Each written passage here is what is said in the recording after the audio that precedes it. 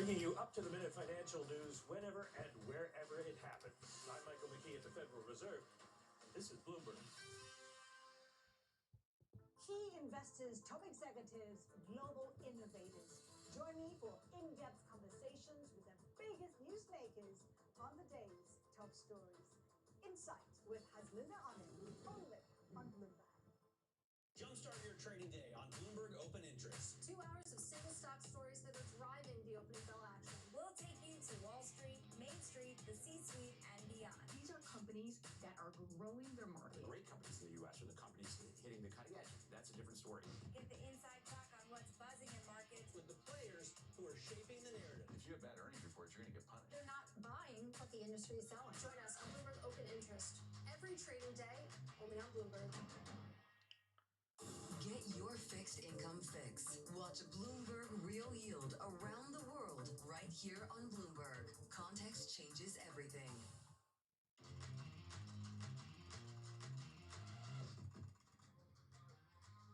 This is Bloomberg Open Interest. I'm Matt Miller. Let's get a quick check on what stocks are doing. So close to a record high for the S&P 500. You can see we're at 6,100 right now. So we just have basically 45, 46 points to go until we hit that closing all-time record from, I believe, February 19th. The NASDAQ hit a record yesterday and continues to climb even higher than NASDAQ 100, I should say, at 22,273.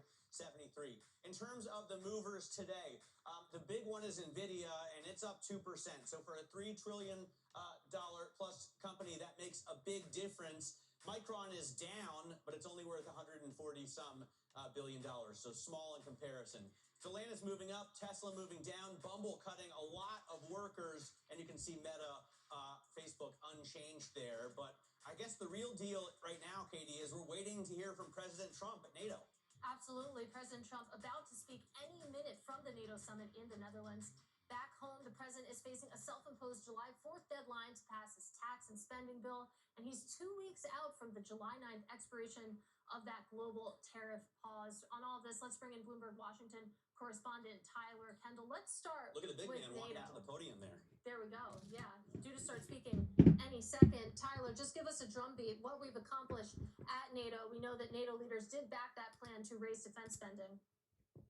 Yeah, hey, Katie. Well, President Trump really is billing this as a big success in his own words, since they did pledge to boost defense spending to 5% of GDP. That is 3.5% in core defense, and then 1.5% in other sorts of investments such as infrastructure or cybersecurity. And I point you to the fact that our analysts at Bloomberg Economics have actually crunched the numbers, and they say that the estimated borrowing by these economies to reach this spending limit would add about $4.6 trillion to debt piles over the next 10 years. Now, President Trump got this win when it comes to having our allies boost their defense spending. And what NATO Secretary General Mark Rutte got was a firmer commitment to Article 5 when it comes to these NATO allies and their pledge to defend each other if they were attacked. Now, on the way over, President Trump had said as he was getting into Marine One that there were different sort of definitions when it comes to Article 5, though he did say to leaders here at the summit that he does stand firmly behind it.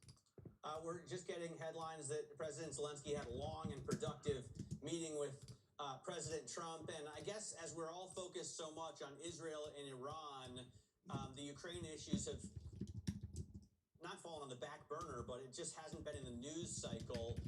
How does that look set to work out as in terms of President Trump's support of Ukraine?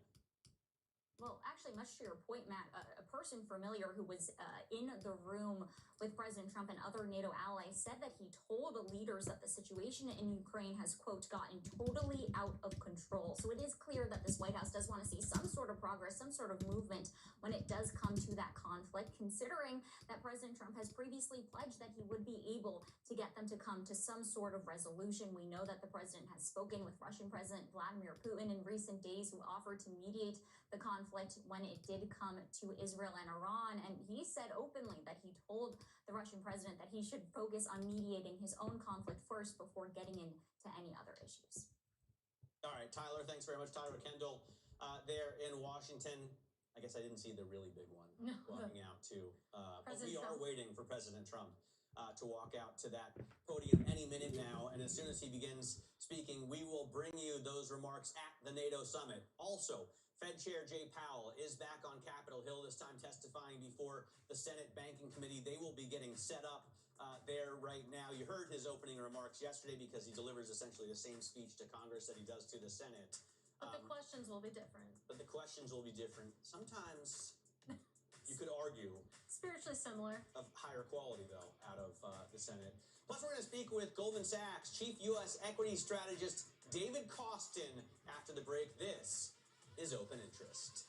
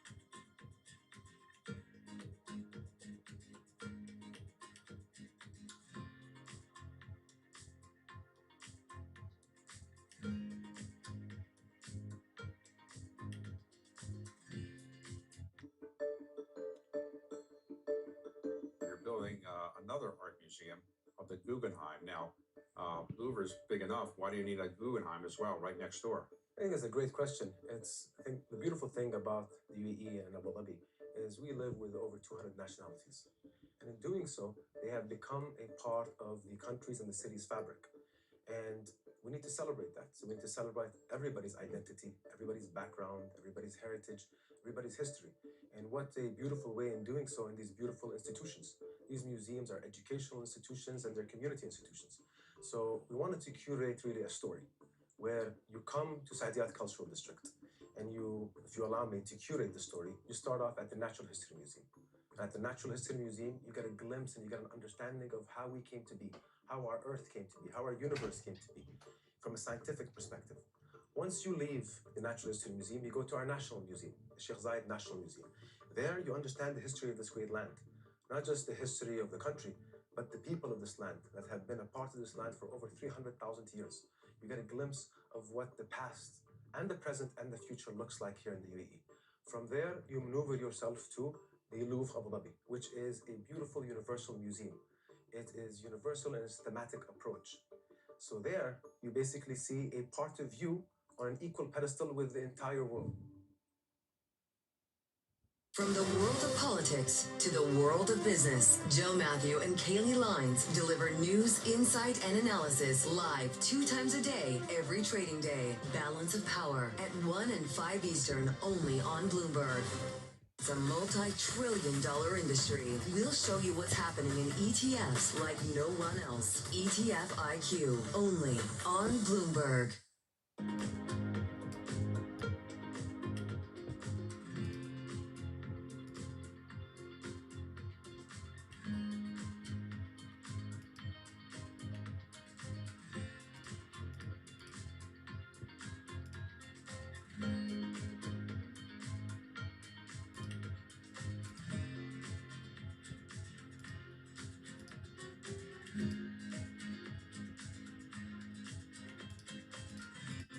but we've also reasserted the credibility of American deterrence, which is like no other. The people at NATO said there's never been anything. You know, I rebuilt the entire military during my first term, and we have a great military. We have great generals. Got to know the good ones and the bad ones. We kept the good ones. Over the past 2 days, I was honored to participate in the NATO leaders meeting and also had extremely good individual discussions with the King and the Queen, Secretary General Ruta, and the Prime Minister. Great discussions. Very knowledgeable people. Major focus of our conversations at the summit was the need for other NATO members to take up the burden of the defense of Europe, and that included the financial burden. As you know, it was 2%, and we got it up to 5%. And they said, a couple of them came up to me, one in particular said, "Sir, we've been trying to get it up to 3% for 20 years, and we haven't been able, and you got it up to 5%. So they're going to be, most of them, I guess almost all of them, are going to be contributing now 5%, a number that people are surprised at, but you need it today. The United States accounts for 2/3 of all NATO defense spending. Since I began pushing for additional commitments in 2017, believe it or not, our allies have increased spending by $700 billion. I said to people, you don't have any money, and a lot of them weren't paying. And so I started the process, and I picked it up as soon as I got back, which is 6 months ago. And following my election last November, almost all have accelerated plans to reach the 2%, 3%, 4%, and then ultimately, very quickly, 5%. And all of this is going to be done very quickly, almost immediately. You probably know this as well as I do. I'm sure they've been talking about it. It's really been a big focus. In a very historic milestone this week, the NATO allies committed to dramatically increase their defense spending to that 5% of GDP, something that no one really thought possible. And they said, "You did it, sir, you did it." Well, I don't know if I did it, but I think I did. This will be known as the Hague Defense Commitment, which is pretty good, pretty appropriate. When the allies reach this number, it will add more than $1 trillion a year. Think of that, $1 trillion per year to our common defense. And this is a monument really to victory, but it's a monumental win for the United States because we were carrying much more than our fair share. It was quite unfair, actually. But this is a big win for Europe and for actually Western civilization. For years, past administrations failed to get most allies to contribute even the 2%. I remember when I came here, we had 4 countries that were up to 2%. And I remember Poland was there. A couple of them were there. And but most of them were. We had 28 at the time. As you know, it's increased a little bit. And they've agreed now to more than double their budgets in all cases. And Europe stepping up to take more responsibility for its security will help prevent future disasters like the horrible situation with Russia and Ukraine, and hopefully we're going to get that solved. Last week, they lost 7,000 soldiers, mostly soldiers, but they're also getting hit in Kiev. They're getting hit in some of the towns also. And that means life. Life is disappearing also in the cities and towns. Should have never happened, would have never happened if I was president. I said it 1,000 times. And it never did happen. It's never even thought about. But it's vital that this additional money be spent on very serious military hardware, not bureaucracy. And hopefully that hardware is going to be made in America because we have the best hardware in the world. You saw that where 14 missiles were shot at us the other day. And they were very nice. They gave us warning. They said, "We're going to shoot them. Is 1 o'clock okay?" They said, "It's fine." And everybody was emptied off the base. So they couldn't get hurt except for the gunners. They call them the gunners. And out of 14 high-end missiles that were shot at the base in Qatar, all 14, as you know, were shot down by our equipment. Amazing stuff. Amazing that they can do. It's like shooting a bullet with a bullet. It's the same thing if you think about it.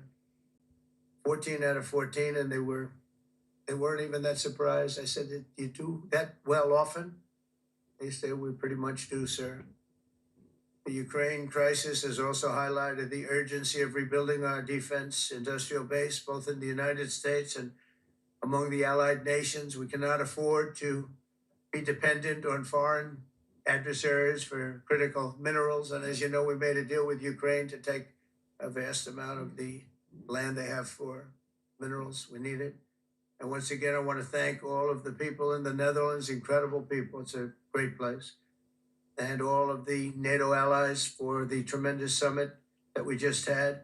A letter just came in, and a statement came in from the Atomic Energy Commission of Israel. And I just wondered, this is an official letter, and they're very serious people, as you know. The devastating U.S. strike on Fordo destroyed the site's critical infrastructure and rendered the enrichment facility totally inoperable. It was devastated. We assessed that the American strikes on Iran's nuclear facilities has set back Iran's ability to develop nuclear weapons for many years to come. This achievement can continue indefinitely if Iran does not get access to nuclear material, which it won't. It's so sad that whole thing had to go. But I just want to thank our pilots. You know, they were maligned and treated very bad, demeaned by fake news CNN, which is back there, believe it or not, wasting time, wasting it. Nobody's watching them. So they're just wasting a lot of time, wasting my time.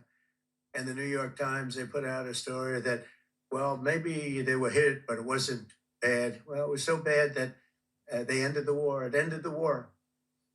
Somebody said in a certain way, that it was so devastating, actually.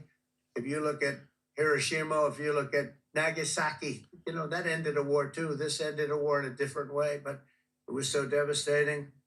Also, they have out of Dubai, just came that Iran's foreign ministry spokesman, this is Iran's foreign ministry, says its nuclear installations were very badly damaged by the American strike. So what bothered me about these reports were fake reports put out by the New York Times, failing, I call it the failing New York Times because it's doing terribly. Without me, it would be doing no business at all.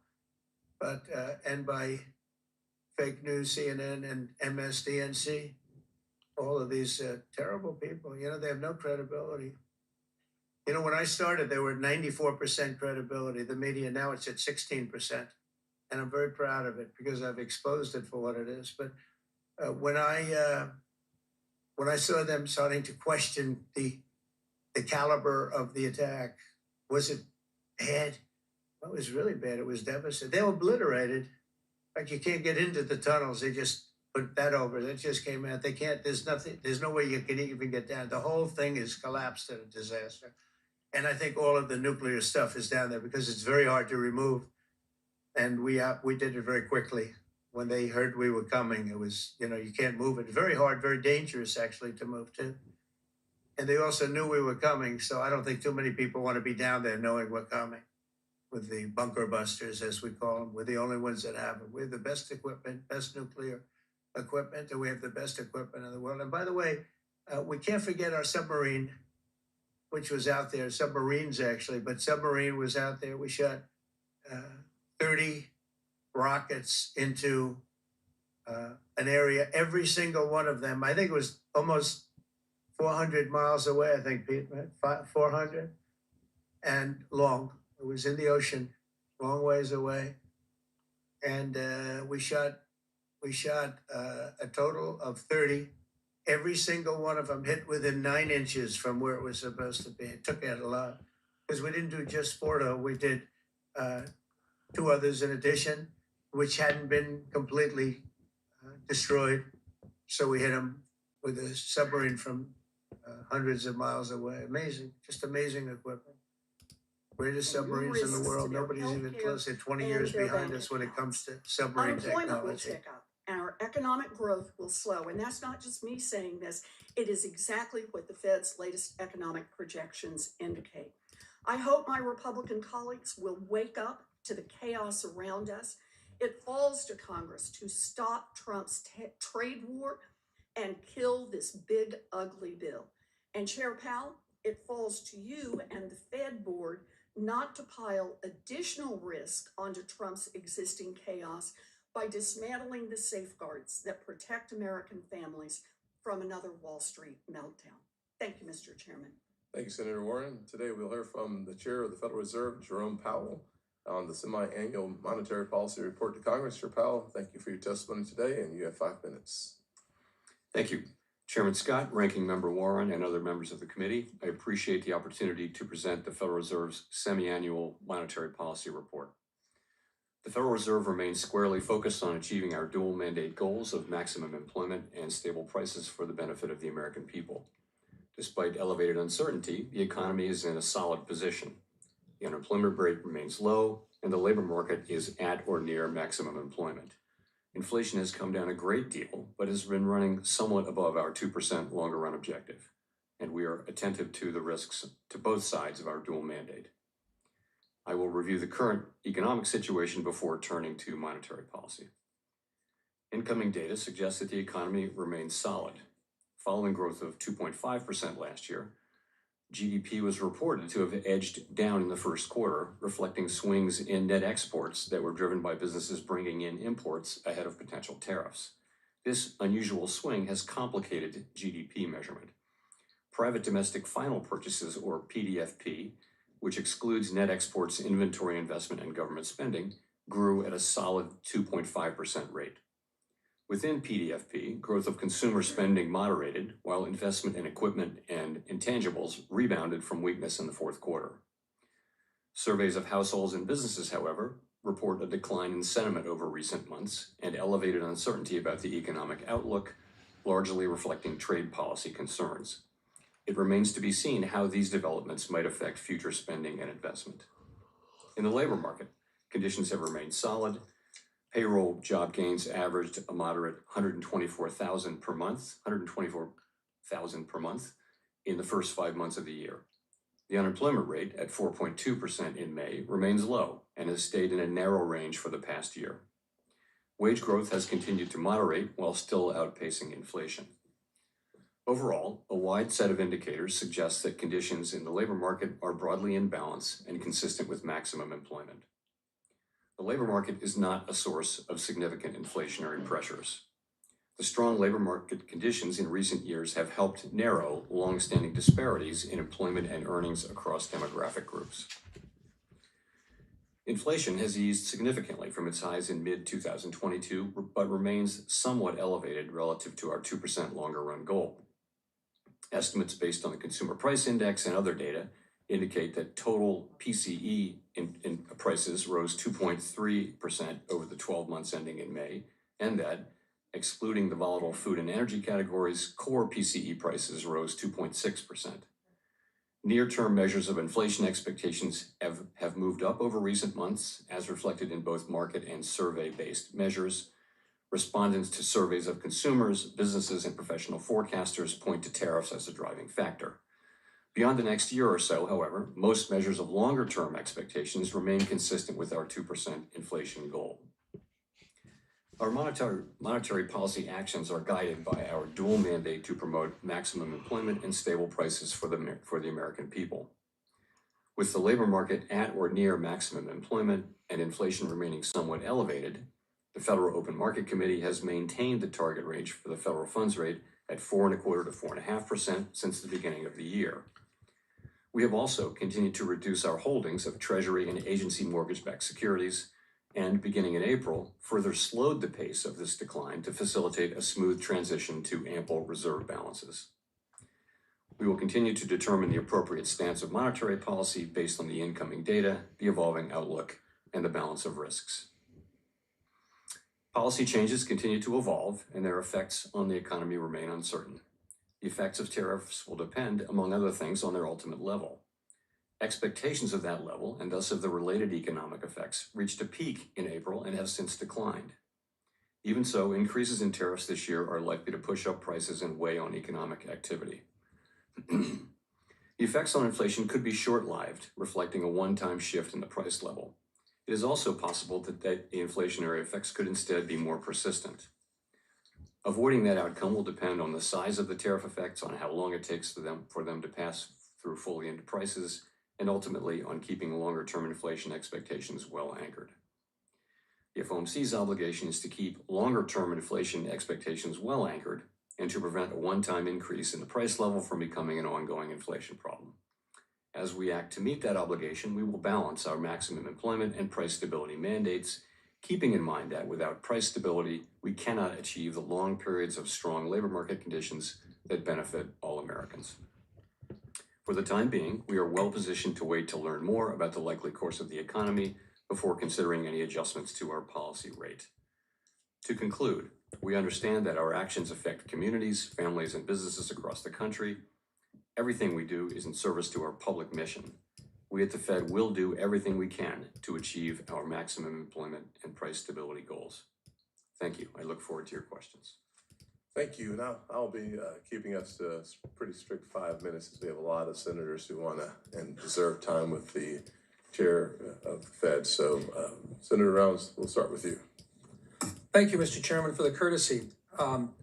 Chairman Powell, first of all, let me just touch base on, I'm just curious, a couple of items almost of housekeeping nature. With regard to Wells Fargo, was that asset cap and removing it, that was a unanimous vote by all 7 Fed governors, as I recall? Yes, it was. Okay, thank you.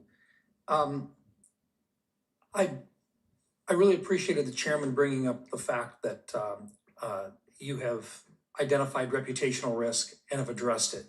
I think that was a really important item for the Fed to do, following up on both the OCC and the FDIC's actions. As you know, past Fed materials like the Supervision and Regulation Report often embedded reputational risk within the management component of the CAMELS rating system without clear metrics or accountability. That kind of ambiguity can chill lawful activity and distract from your core mission, monitoring capital, liquidity, and operational resilience. Now that the Fed is moving toward a more objective and disciplined approach to supervision, how will you make sure that this change is fully implemented at the examiner level? And more broadly, what other regulatory updates can we expect? So on following through on supervision, Vice Chair for Supervision Bowman actually brings an unusual background to this work, and that is that she's a former supervisor. So she speaks that language and relates to their work. And I think if anyone can have an effective relationship with them and work with them successfully, it would be Vice Chair for Supervision Bowman. So I'm confident about that. As we think about things that are going on in the pipeline, so I would just point to a few things.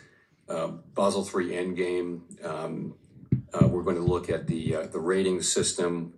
We're going to be actually voting to put out for comment something on supplemental leverage ratio this afternoon. We're looking at our merger policy. Stress tests is a big thing, and there are a number of things that we're looking at that we've announced and we'll be moving to in time. Thank you, sir. The payment of interest on reserves has become a central pillar of the Fed's post-crisis monetary policy framework.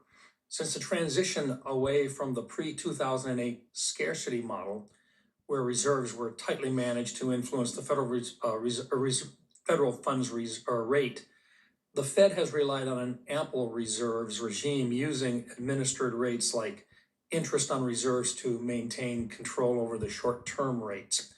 As of February 2025, nearly 19% of the $18 trillion in bank assets were effectively loans to the Federal Reserve earning interest.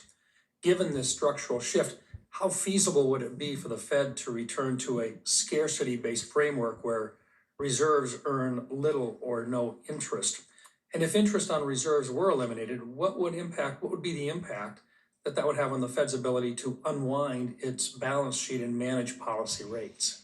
So we're in an ample reserve framework now, and that's a good thing. That's a result of the global financial crisis and the desire to have lots and lots of liquidity and large liquidity requirements for our largest banks in particular. So that's a good thing, and that enables banks to keep lending through stress and that kind of thing. If you were to want to go back to a scarce reserves, it would be a long and bumpy and volatile road. I wouldn't recommend that we undertake that road. It would not save any money. There's an illusion that it would save money. That is not the case. And it would also not make credit more available. This, you know, in effect, I would say having a lot of liquidity in the system, which is what goes with ample reserves, make sure that banks will be able to continue to lend. So we think it works. And I think unwinding it is a policy choice which could be executed, but it would take years to execute and it would be challenging and quite volatile. Thank you. I've just got about 35 seconds left or so, but I did want to touch on one item that the chairman mentioned it, and I think it's important. I know that you didn't mention it in your opening statement, but would you talk a little bit about just exactly what's going on with your building? When you have that type of an overrun on the prices and you're talking about billions of dollars in costs, I think it's appropriate for you to be able to explain to the committee exactly what's going on. Would you take a few minutes, please, and explain what's going on with the value of that building and why the costs seem to be so exorbitant? I'd be glad to if I can have that time. So please, thank you for the letter we received late yesterday. We will provide a much more detailed response, but just generally, I would just say we do take seriously our responsibility as stewards of the public's money. And the other thing I would start with is no one in office wants to do a major renovation of a historic building during their term in office. Much prefer to leave that to your successors. And this is a great example why, let alone two historic buildings that needed a lot of work. But we decided to take it on because honestly, when I was the administrative governor before I became chair, I came to understand how badly the Eccles building really needed a serious renovation. It never had one. It was not really safe and it was not waterproof and that kind of thing. So we took it on. I would start by saying, I would also say that the media reports that you accurately quoted, they're misleading and inaccurate in many, many respects. And I would just point to, there's no VPI dining room. There's no new marble. We took down the old marble, we're putting it back up. We'll have to use new marble where some of the old marble broke, but there's no new, there are no special elevators. They're old elevators that have been there. There are no new water features. There's no beehives and there's no roof terrace gardens. Other than that, you know, so all of the sort of inflammatory things that the media carried are either not in the current plan or just inaccurate. So, but it was notwithstanding that, the cost overruns are what they are. So let me just say on that. Well, let's we're well over the 5-minute mark. I'm happy to give you time to talk about that. I'm happy that there are no beehives in there, but we're going to figure out what they are anyways. Senator Warren. Thank you, Mr. Chairman. Mr. Chairman. Thank you. So, Chair Powell, the Fed released its updated economic projections last week, and I appreciate your summary, but I want to look at the trend lines here. The Fed's outlook on inflation, the labor market, and GDP growth have all gotten worse. Compared to your economic projections in December, the latest numbers show that the Fed is now projecting higher inflation from 2.5% in December now to 3.1%. Higher unemployment from 4.3% to 4.5%. Lower economic growth from 2.1% projected just 6 months ago to 1.4% that you're now projecting. Chair Powell, what has changed in the last 6 months that has caused the Fed to forecast substantially higher inflation, somewhat higher unemployment, and lower economic growth than you did in December? So some of it is just taking signal from data reports that we've seen. Some of it is people working in the possible effects in the short term of tariffs. We have no view on the wisdom or the longer term effects of trade policy. It's not our job. And by the way, I should add, our forecasts are generally, and in this case, are very, very similar to what outside forecasters are. I understand that. I'm just using you as the gold standard here. I know it's consistent. But you mentioned tariffs as one of the things that has changed over the last 6 months. You know, Donald Trump has become president and the economy has headed down. Not only does the Fed data now show slower growth and higher prices this year, it sees slower growth and higher prices over the next 2 years as well. And the Fed sees no longer-term boost to the economy or drop in inflation. In other words, no upside to Trump's chaotic tariff war or his other economic policies. So let's talk for just a minute about what's under the hood of the Fed's economic forecast. Chair Powell, I know a lot of different factors influence the trajectory of interest rates. Is one of those factors how quickly the federal debt grows relative to the growth in the economy? Not directly, no. We don't look at that as a factor that helps us set monetary policy. So you're not watching the ratio between the amount of the federal debt and the growth in the economy? No. How fast the debt is growing and how fast the economy is growing? I think I have quotes from you saying last year, quote, we don't need to pay the debt down. We don't need to balance the budget. We just need the economy to grow faster than the debt. Are you saying something different from that now? No, when asked and pressed, I pretty much always say the same thing as my predecessors, which is that we're on an unsustainable path. I would not say, though, that we do, I will say this, we do not look at federal financial policy and deficits as something that affects our month-to-month monetary policy decisions. I'm trying to get the overall projection of what happens in the economy. So, for example, I think you have made the point that if we spend on things like childcare that can boost labor participation and GDP, that may be a time when you offset the debt that you incur to do that. But if there aren't investments like that and we are simply running up the debt, what's the impact of increasing the national debt? So I understand that you don't comment on fiscal policy, but it does affect your job, which is keeping inflation under control and also maximizing employment. If certain policies would materially drive up the national debt and increase the debt to GDP ratio over time, could that make it more likely that we would see inflation, all else being equal? I mean, theoretically, sure, fiscal policy can add to inflation, but that's, again, that's really not something we comment on. We try to stay away from fiscal policy. I understand you don't comment on it, but I do appreciate your acknowledgement of the math here. You know, the Joint Committee on Taxation projects the one big, beautiful bill would increase federal deficits by $4.2 trillion. According to analysis by the Congressional Budget Office and the Yale Budget Lab, the bill raises the debt to GDP by 24 percentage points. It slows economic growth, it increases inflation, and it reduces real wages. So two of Trump's signature policies, his tariffs and his tax bill, will increase costs for American families. When America borrows money, it should be for investments that Americans need, like investments in childcare or housing or healthcare that would actually boost economic growth and lower costs. America should not take away healthcare from millions of people who need it and then borrow trillions of dollars just so that a handful of billionaires and giant corporations can get even richer. Thank you, Mr. Chairman. Yes, ma'am. Chair, banks are facing a record number of regulations. Small community banks are especially burdened by compliance costs. Bank capital requirements should also be appropriately calibrated so banks are not forced to park capital on the sidelines, limiting access to capital for Americans and small businesses. I was pleased to see that the Fed is looking to reform the supplementary leverage ratio. The SLR is supposed to act as a backstop to risk-based capital requirements, but too often the SLR acts as a binding requirement for U.S. banks. Would you agree that adjusting the SLR would free up capital for banks to invest more in treasury markets and other low-risk assets that would be beneficial to families and businesses across the country? I would agree, yes.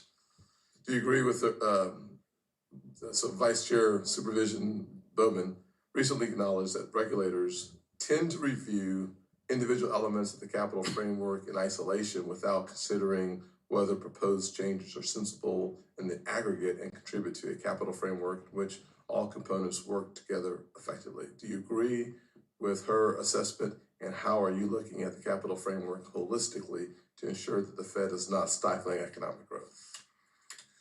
Well, we're looking at basically the two big pieces now are Basel III and the leverage ratio. And I'm pretty confident we'll move on both of those in the relatively near future. And they fit together. As we discussed, the leverage ratio was always supposed to be a backstop rather than the binding. We want risk-based capital to be the binding capital requirement. So that's how those two pieces work together. And as you look at I hope a reintroduction of Basel III, if you're thinking about the bones of Basel III, obviously over the last several years, we talked about this on Monday, we've heard the comment that the capital requirement was about right, although that capital requirement has been going up every year. And so as you look at Basel III coming back and hopefully being reintroduced and not just recalibrated, what do you forecast? Well, we very much look forward to working with our colleagues at the OCC and the FDIC on Basel III endgame, and I would agree we're gonna take a fresh start at that. You know, the last proposal was actually well above Basel minimums. That's the thing. It was the ways in which it was gold plated, as we say, rather than their Basel requirements, which were very significantly exceeded. Just giving us an opportunity to go back to the spending at the Fed for the construction, and you said that the items that were listed are not happening. I will say that the National Capital Planning Commission website, ncpc.gov, anyone can take a look at it for themselves, not just looking or listening to the New York Post, not just the Wall Street Journal, but page 129 of the final plans reflected rooftop garden terraces. The page 127 and 129 were where we found the ornate water features and final plans. The new elevators that drop board members off at the VIP dining suite was page 37 of the final plans. The white marble was pages 40, 41, 65 of the final plans. I would welcome your staff coming in to walk my staff through what is happening there, as opposed to what we not have only read in the New York Post, not only in the Wall Street Journal, but also at the National Capital Planning Commission's website. So we would welcome that opportunity to have a... Can I just quickly say, some of those are just flatly misleading. The idea of elevators, you know, it's the same elevator. It's been there since the building was built. So that's a mischaracterization. And some of those are no longer in the plans. They, you know, that's earlier. The plans have continued to evolve. That was one of the questions I asked my staff before having the conversation with you in the preparation, and assuming that your response would be to refute some of the things that were happening, was to ask the question, well, since the articles came out in April, have the plans changed since April as a result of the media attention to it, or was that just never in the plan? I would just say that having an understanding, a clear understanding of what's going to be and when it changed would be helpful for us. I will note that having confidence in what we hear is incredibly important, and I would give you the opportunity to bring your team in and or send your team over so that we can have that conversation. That would be helpful. Look forward to doing that. If you'll allow me to say one more sentence, none of those things were the cost drivers. You know, the real thing is what were the cost drivers that caused the spending to increase, and we have those too, but those are not the things that did that. Well, I don't want to look forward to the conversation. I don't want to eat into Bernie Moreno's time because he's kind of cranky when I do. I would just suggest that when I hear that things are completely and wholly inaccurate, and then I hear that they weren't quite the way they were, those are two very different framings of the conversation. And I only read page 129, 127 through 129, page 37, page 40, 41, page 65, page 129, because I could be wrong without any question, but I don't want to be misled. That's different. Next would be Senator Reid. Thank you very much, Mr. Chairman, and thank you, Chairman Powell. Many times you've been asked about the status of Fed independence from the president, his constant harangues about interest rate policy, et cetera. But over the past year, we've also seen judicial pressure on the Federal Reserve's independence. The Chevron case, which dramatically eliminated the deference to agency decision-making, also extended the statute of limitations on the Administrative Procedure Act. And there is a strong sense that they're about to overturn Humphrey's executor case, which will eliminate the independence of practically all agencies. What's your judgment on the cumulative effect of these judicial actions with respect to the Federal Reserve's ability to do its job? I mean, the net effect of all of those will be to make courts substantially less deferential to agency decisions. And so that's just the new world we live in. We'll continue to do our jobs, and obviously we'll respect the law as it is. That is the way that the law has been evolving, though. But there is increasing pressure on the independents from the White House. And do you believe that if Humphrey's executor's case is decided in a way that gives the White House more additional authority, that'll be invoked against the Federal Reserve? I'd rather not speculate, if I may, Senator. That's quite all right. The U.S. dollar. I remember when the phrase was sound as a dollar. That phrase is getting less used these days. In fact, Bloomberg reported last week that foreign companies are demanding to be paid not in U.S. dollars, but in euros or Chinese renminbi. First, what benefits does a strong dollar have for us, and how will we suffer if the dollar is no longer considered to be the currency of world record? Right, well, so there are enormous benefits to having the dollar be the most important reserve currency in the world. It remains such, and for very long standing and continuing reasons, which is, our rule of law, our democratic institutions, our commitment to price stability, our open capital markets. All of those things remain intact. And I think being the reserve currency doesn't last forever, but it's quite a durable equilibrium. And I suspect that we will be the world's reserve currency for a long time to come.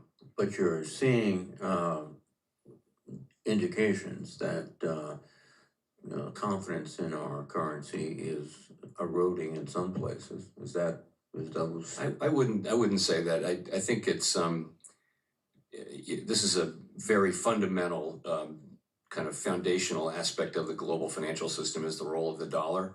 And markets move around. Markets are digesting information that's sometimes very challenging to digest.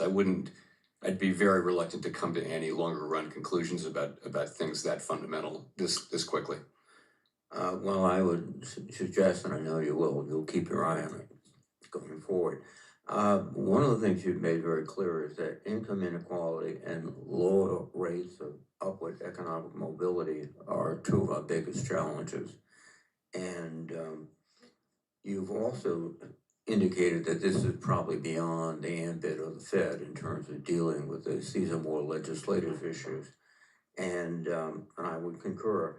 So I was disheartened to read a report from the Congressional Budget Office, which is an independent agency, that the recently House-passed reconciliation bill will take approximately $1,600 per year from the lowest income Americans and give approximately $12,000 to the wealthiest Americans. That seems to be directly contradictory to a society who's committed to raising the income opportunities and increasing upward mobility. Do you think that's a fair estimate? I don't know, and I'd be very reluctant to comment on the reconciliation bill, even indirectly. Well, your wisdom and sagacity has preserved you, and I hope it continues to do so. I must commend you finally by 2 or 3 years ago, everyone around here was predicting or guessing how deep the recession would be. And because of your leadership at the Fed and other policies, we've avoided a recession. In fact, until recently, we've been growing faster than every other economy in the year, and you deserve credit for that. Thank you. Just to reiterate my opening comments for those who may not have been here when I made the comments, that Chair Powell has a hard out today. Therefore, I'm going to do my best to keep us at 5 minutes. Senator Kennedy. Thank you, Mr. Chairman. Thank you, Mr. Chairman. Mr. Chairman, did I understand you to say that the reconciliation bill is the most extraordinary legislation you've ever seen? Did I hear that correctly? There may have been some lost in translation there. I was a little late. Tell me what tell me what the bond market's telling you. Bond market's fine now, functioning well. It's pricing, it's reacting to economic news. There's adequate liquidity. Rates have come down pretty significantly from where they were a couple months ago. So I think I think inflation expectations have come down a bit from April, and in general, the bond market is functioning well. Okay. Explain to me why we have seen in the last few months a weakness in the dollar. That's a great question. Of course, the Treasury Department is responsible for the role of the dollar. So I don't know. I think I would go back to the thought that markets have been digesting an unusually challenging set of circumstances, and have reacted the way they've reacted. The dollar's kind of stabilized now. In fact, it's moved back up here in the last couple of weeks a bit. There are plenty of people who are still writing that the dollar is still overvalued. We don't have a view on that, of course, but I wouldn't really have an opinion on exactly why it is where it is. Well, clearly there's a lot of geopolitical risk right now, which would lead one to conclude, all things being equal, that people would be flocking to the dollar and it would be stronger. Well, you have seen some of that here in the last few days, but again, I don't really have an official view I'd like to share on that. I think there are possible explanations, multiple possible explanations.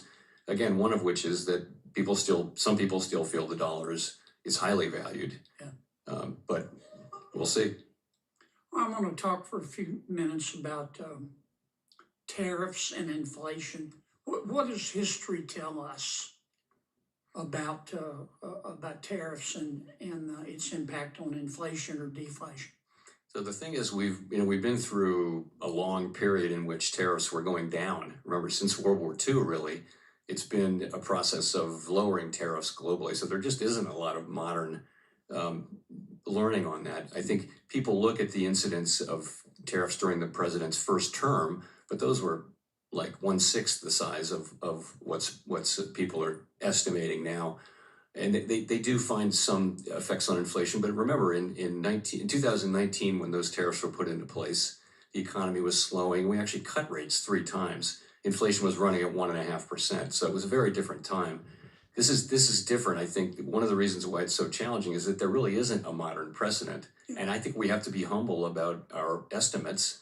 And we are very open to the possibility that transmission through into inflation will be less than we think, or maybe more than we think, which is why we're in a position of wanting to take our time and make a smart decision as we see how this unfolds. Well, obviously the size of the tariffs makes a difference, does it not? It does. And we don't know yet the size of the tariffs. We don't. And we don't have a view on any of the merits at all. That's not our job. Our job is inflation, as you know, and maximum employment.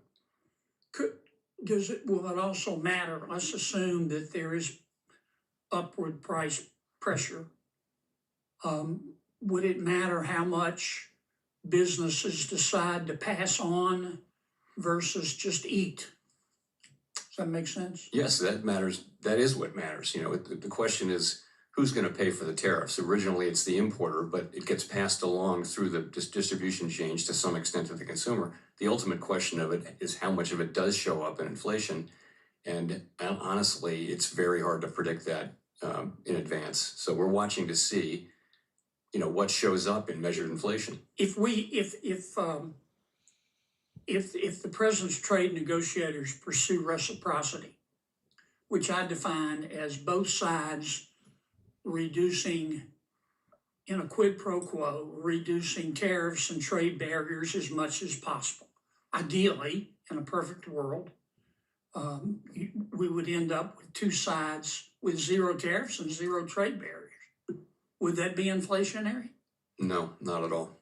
That would cause the economy to roar, wouldn't it? I think it would be. Yeah. Okay, thank you, Mr. Chairman. I appreciate your endorsement, Mr. Chairman of the reconciliation bill. Senator Warner.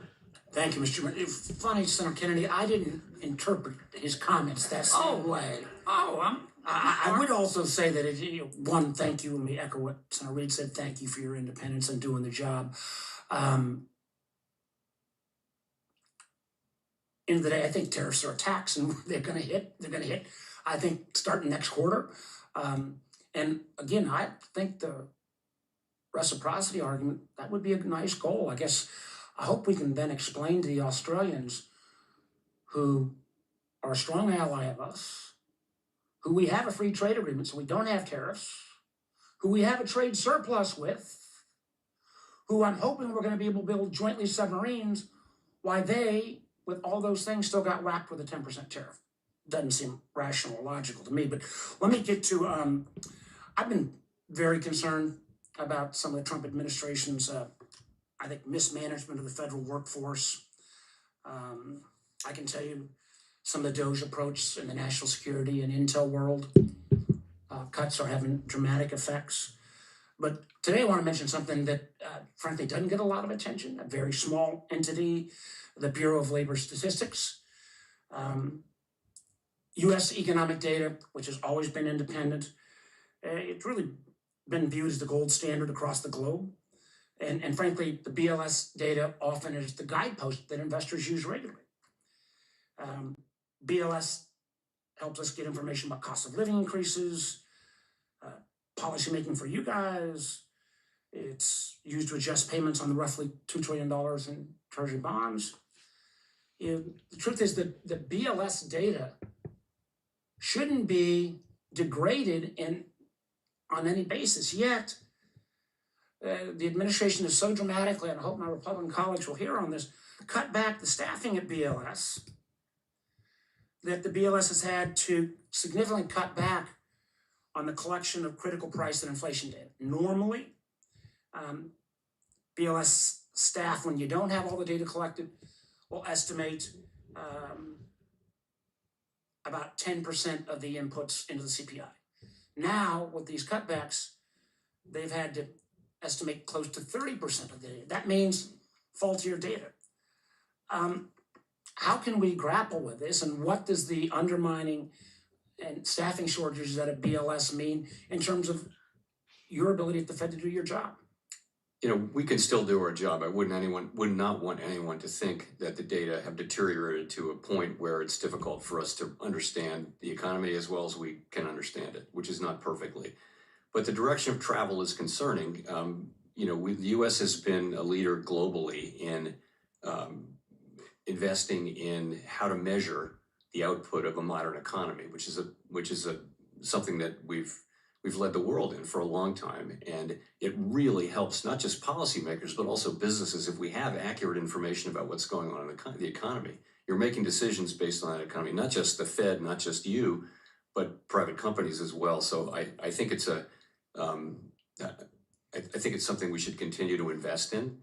And I don't like to see any deterioration in the public data, which has been the gold standard. The BLS, Bureau of Labor Statistics, and others have really been the bedrock that people really do look to as solid data that tells us. And these people who do collect this input, who do some of this analysis, they are experts. They are not fungible. You fired one and hire another. I mean, there's an expertise here that has been, I think, being undermined. And again, you just look at the fact that if you have to do your estimates, move it from about 10% estimate to a 30% estimate, that is not good for the markets. Let me move to one other topic in my last minute. Stress tests, really important. Those of us who are involved in Dodd-Frank, really important as we try to particularly think about the most significant banks. But there has been concern, I've shared some of this concern, that the stress test process was so opaque that while the regulators may fully have understood, sometimes the very banks being regulated didn't understand fully the criteria. I know you're taking a look at how we can bring more transparency to the process. When do you think we'll see that, and what kind of changes do you think we'll make? Well, later this year, we've said that we're going to, fully disclose the models. And, that's the main thing. If you're going to set, it's like the IRS, if you're going to charge people taxes, you have to have the transparency about what that is. It's going to be the same as that. We're going to show how the calculations are made, and we're working on all that right now. We're also going to, we have a proposal out to sort of smooth the results of the test from year to year. So this is something we're working on hard and expect to have important progress later this year when we begin to publish the models. I'm anxious to see it. Thank you, Mr. Chairman. Senator Ricketts. Yes, sir. Thank you, Mr. Chairman. As we were talking about tariffs a little bit earlier, the senator from Virginia talked about Australia. I will point out that Australia has, well, we bought about $28 billion worth of Australian beef, and they've bought exactly zero of ours. So there's an opportunity to be able to improve that trade relationship. So that's one of the things I hope will come out of the trade negotiations. You will acknowledge there is, though, we actually have a trade surplus. We actually have a trade surplus with Australia, that is correct, but we'd like to sell more beef to them. So that's an opportunity. But one quick question on that, kind of just following up on Senator Kennedy's line of questioning. So if a tariff was put in place and the prices went up, wouldn't that be a one-time event, right? Because after that, it would be baked in. It's just a one-time thing. So it might well be, as I indicated in my opening remarks, it might well be a one-time event, but that isn't a law of nature. You know, we would ought to make sure of that. We were more sure of that back in 2018 because we'd had, 40 years of low inflation. Coming off of a global inflation episode where we haven't fully returned to 2%, it's something that's a question we will approach carefully. But if the tariff is only put in once and just maintains the flat rate there, then how could that be inflationary in the second year? Well, because it could be a process of many years. I mean, that's a couple of things. One is if it comes in quickly and it's over and done, then yes, very likely it's a one-time thing, like an oil shock, a one-time oil shock where the price comes back down, it goes through the system. It doesn't raise inflation, just raises prices once. But if you have a process that goes on multiple shocks for years, for example, or if the shocks are very large, that kind of thing. And I think, again, we have to be conscious of the current situation, which is people haven't seen 2% flat inflation for some years now, and it's different from what it was in 2018 when we had tariffs earlier, when we actually cut rates. So I'm not saying we're not reacting at all of this. It's a risk we feel like as the people who are supposed to keep stable prices for the benefit of the American people, we need to manage that risk too. That's all we're doing. We're not deciding what to do yet. So if Senator Warner's comment that a tariff is a tax, would that imply that then taxes could be inflationary as well? No. So what's the difference between a tax and a tariff then? Or do you disagree with Senator Warner's characterization that tariffs are not taxes? I wouldn't disagree with that, but it's not the language I use. Look, this is, as I say, one time could be the base case, but in a situation like this where the process could go on for a long time, where the effects could be large or small, it's just something you want to approach carefully in a world where inflation is not back to 2%. And that's our job. If we make a mistake here, people will pay will pay the cost for a long time. And so we're just approaching the question carefully. That's all we're doing. You know that, a majority of my committee has said that they do expect to cut rates between now and the end of the year in the remaining 4 meetings. So it's not that we're, taking a strong view that it will be inflation and not a one-time cost increase. It's just that we're going to take a careful approach to that very critical question. Well, let me switch gears on you a little bit. Communist China is our single greatest threat to America's national security and financial independence. Now more than ever, the U.S. must ensure the security of our financial system against Communist China's malign influence. And in 2022, Senate Homeland Security and Government Affairs Committee released a report identifying efforts by Communist China operatives to infiltrate the Federal Reserve System. The report contained real-life examples of Communist China's attempts and tactics used to target Federal Reserve officials. In late January, a former senior advisor to the Fed Reserve was arrested on charges that he conspired to steal Federal Reserve trade secrets to benefit and advance Communist China's interests. This Wall Street Journal article from May 2025 details the potential ramifications of his actions. The kind of data and trade secrets that this Fed Reserve employee shared could allow Communist China to manipulate the U.S. market and gain advanced knowledge of changes to the federal funds rate. It could provide Communist China with an advantage when selling or buying U.S. bonds and securities. Chairman, has the Fed Reserve made any changes to strengthen its internal counterintelligence and security protocols since the development of these incidents? So that's an incident, and I would say we take it very seriously. We have quite elaborate and serious and strict provisions around staff access to information, serious protections for confidential information. We have background checks, we have annual training, we have many of those things. I don't know that we made any fundamental changes, but we're certainly, sorry, very sorry to see something like this having taken place. And we're certainly looking at at the protections we have in place. Great. Well, I have another question, and we'll just submit as a QFR, but I know the chairman said you got a heart out, so I'll go ahead and yield back my time. Thank you, Mr. Chairman. Thank you. Senator Van Hollen. Thank you, Mr. Chairman and Chairman Powell. Good to see you.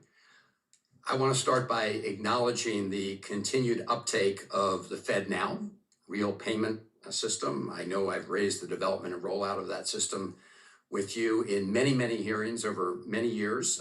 We're now about 2 years after launch. I want to continue to work with you and your colleagues to encourage expanded adoption of the capability and capacity so that customers have real-time access to their money. So I just ask that we continue to work on that together. You agree? I do. I thought you might. Thank you. So I want to ask you about the student loan situation in the country. And you've talked about this in the past, and you've talked about how it can be a drag on the economy, especially when it gets to be very high in terms of balances that cannot be paid. According to the New York Fed, student loan balances grew by $16 billion to reach $1.63 trillion in the first quarter of this year.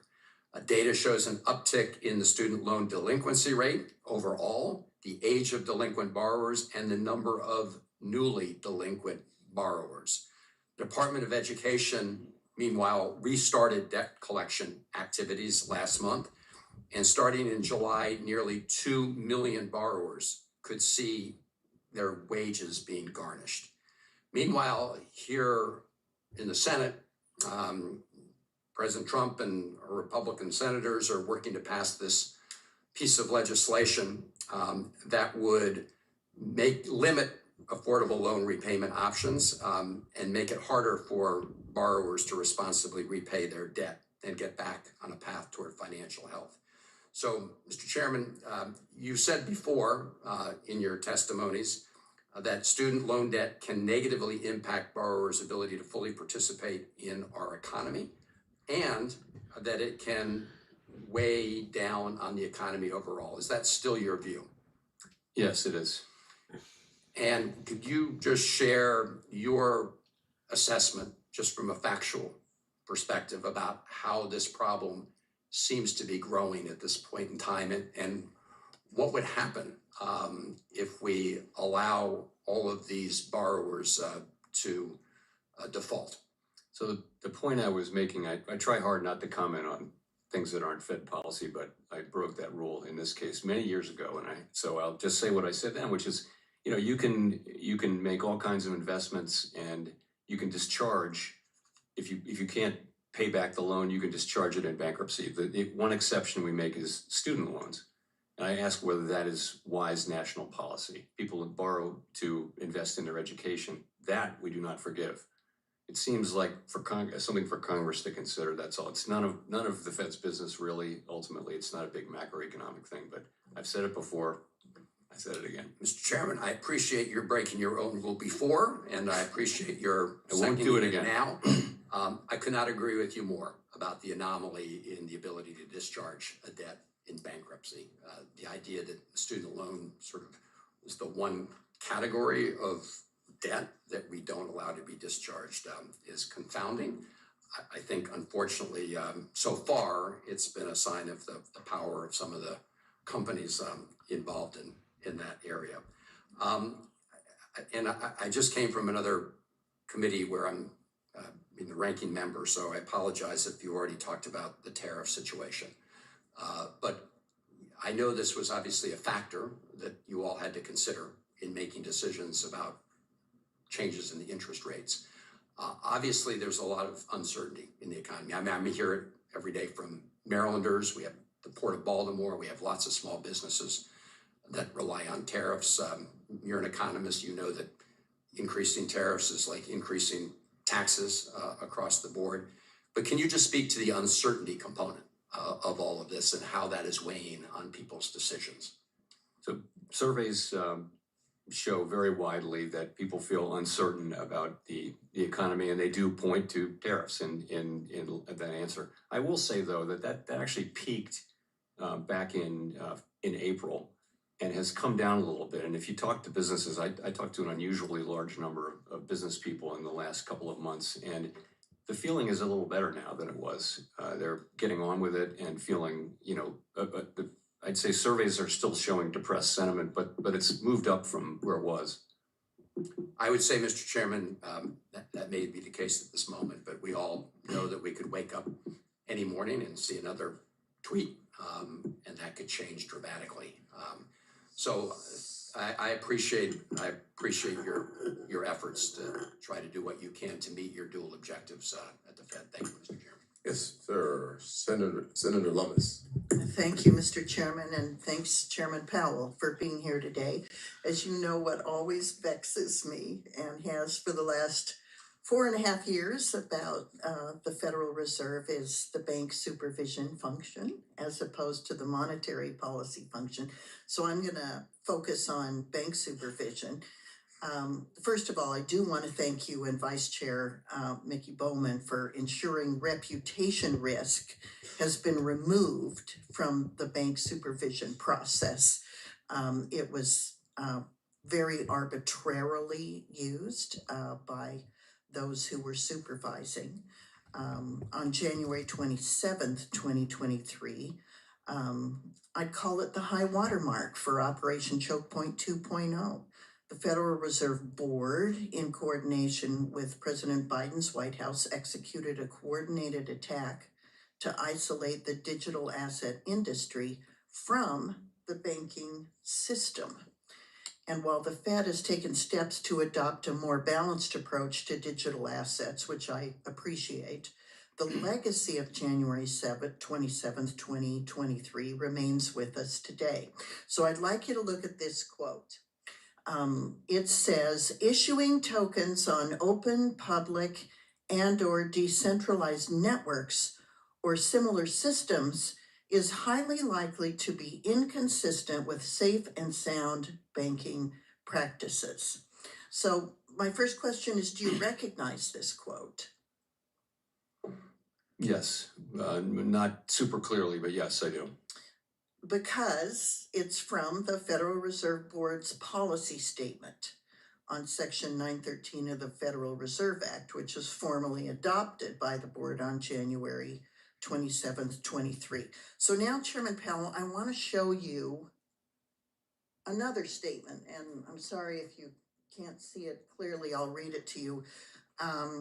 It's from the Genius Act, which just passed the Senate by a vote of 68-30 last week.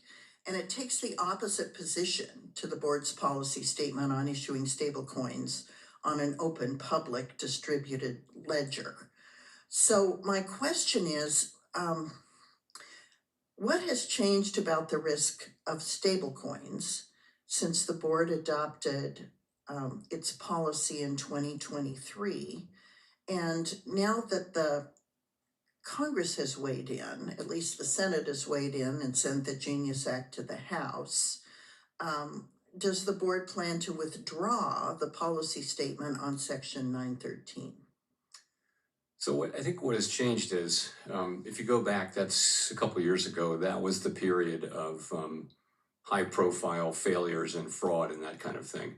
And what's happened is, I think, the industry is maturing, our understanding of it is improving, and in a sense, it's becoming much more mainstream. So all of us are revisiting, the things that were done during that era, and I think that the current view is that, that it's appropriate it's always been appropriate for banks to choose their customers and to be able to undertake activities as long as they're safe and sound. In terms of, I think I have to get back to you on 913. I think it's a broader thing that has nothing to do with crypto, but that was a piece of it. We are looking at and withdrawing many of our pieces of crypto guidance from that era, though, as you know. And I appreciate that. I hope that by withdrawing the guidance, that you're also instructing and admonishing your bank's supervisors to when there are efforts to regulate banks that provide too much discretion to bank regulators to pick winners and losers from among the customer lists, the loan portfolios of banks. It's antithetical to the American system of banking. And I do think that there was that kind of discretion unleashed on banks, and it had a negative impact, a real chilling impact on banks as they selected and banked certain industries and then debanked other industries and other people during the last 4 years. So taking the guidance documents and policy statements out is important, but also guiding the people that there are changes now and that they can no longer use their own subjective biases towards DEI and ESG and other things in supervising the banks is also a critical component of bank regulation. I agree completely. And as you know, Vice Chair Bowman is actually a former bank supervisor, so she's very well placed to make that happen. And I realize that she as vice chair is more directly involved in bank supervision. I hope that you will use your role to punctuate the importance of those changes within the bank supervision function at the Fed. We're going to have to move on. Thank you. I'm assuming your answers yes. Senator Smith. Thank you, Mr. Chair. Good morning, Chair Powell, and welcome to the committee. So Chair Powell, a few months ago, you issued a warning about the trajectory of our national debt. Speaking at a New York Times event, you said the U.S. federal budget is on an unsustainable path. The debt is not only at an unsustainable level, but the path is unsustainable, and we know that we have to change that. Would you still agree that that is true? Yes, that's the one thing that I would always say, and that my predecessors have said, and that's the kind of the only thing we say about fiscal policy. Exactly. And I would agree with that at a time when Americans are struggling to figure out how to afford their lives and have low confidence in the economy. To add to the deficit now, as the big beautiful bill does, just strikes me as unsustainable. Now, I'm not asking you to moderate between Republican and Democratic policy differences on the big beautiful bill, but would you agree that the big beautiful bill adds to the deficit based on the data that you've seen? I'm just not going to comment on the reconciliation. Okay. Well, I will just point out to my colleagues that the CBO says that it adds to the deficit. The Joint Committee on Taxation says that it adds to the deficit. The Yale Budget Lab says that it adds to the deficit. The Committee for a Responsible Federal Budget says that it adds to the deficit. The Penn-Wharton budget model says that it adds to the deficit. And even some of my Republican colleagues, Senator Johnson, Senator Paul, say that it adds to the budget. And as Senator Johnson says, it's wrong and immoral. So I appreciate that you won't comment on any of this, but let me just ask you an economic question. Can you talk a bit about what impact a rising deficit has on our goal of lowering costs for Americans, especially in the Trump tariff environment that we are in right now? I'm sorry. What impact does a rising deficit have on our goal of lowering costs for Americans, particularly when we are in this Trump tariff environment, the unpredictability of that? So I think it's likely that when markets are pricing longer term Treasury securities, there's something baked into that in the market's thinking about interest rates, what should be the appropriate interest rate, but it's, it's hard to unpack that with any precision. These are factors that have lots of interplay between one another. Yes. Yes. And Chair Powell, could you just comment briefly about the sort of the potential risks of stagflation, where we have slower growth and higher inflation? I know this is something that the Fed guards against, and could you just comment a bit on the risks of that and what it means for regular Americans trying to afford their lives? So we're not seeing that now. Yeah. It isn't really the base case that that's what we're going to see. But of course, that's a very difficult thing because, a stagnant economy wants more stimulus, but an economy with more inflation wants less stimulus. So it puts the central bank in a hard place. We've warned of it, but it's honestly not something that we're facing or that we expect to face. But it's something we're monitoring is what's happening. Thank you. I want to follow up on a question I asked you the last time you were before the committee. I asked about the impact of severe weather events, otherwise known as climate change, on home insurance costs. And you testified that, I think you said, if you fast forward over 10 or 15 years, there are going to be regions of the country where you can't get a mortgage because of the, you can't get a mortgage because of the impact of the challenges of insurance companies just not being able to provide that.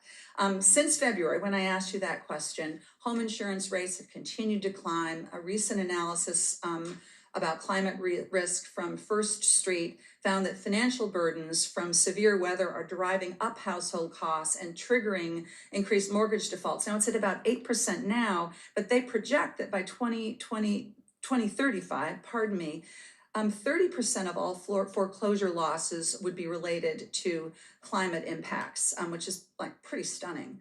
Now, I realize this is a complicated issue because insurance is regulated primarily at the state level, though there are exceptions. Flood insurance and terrorism insurance are exceptions.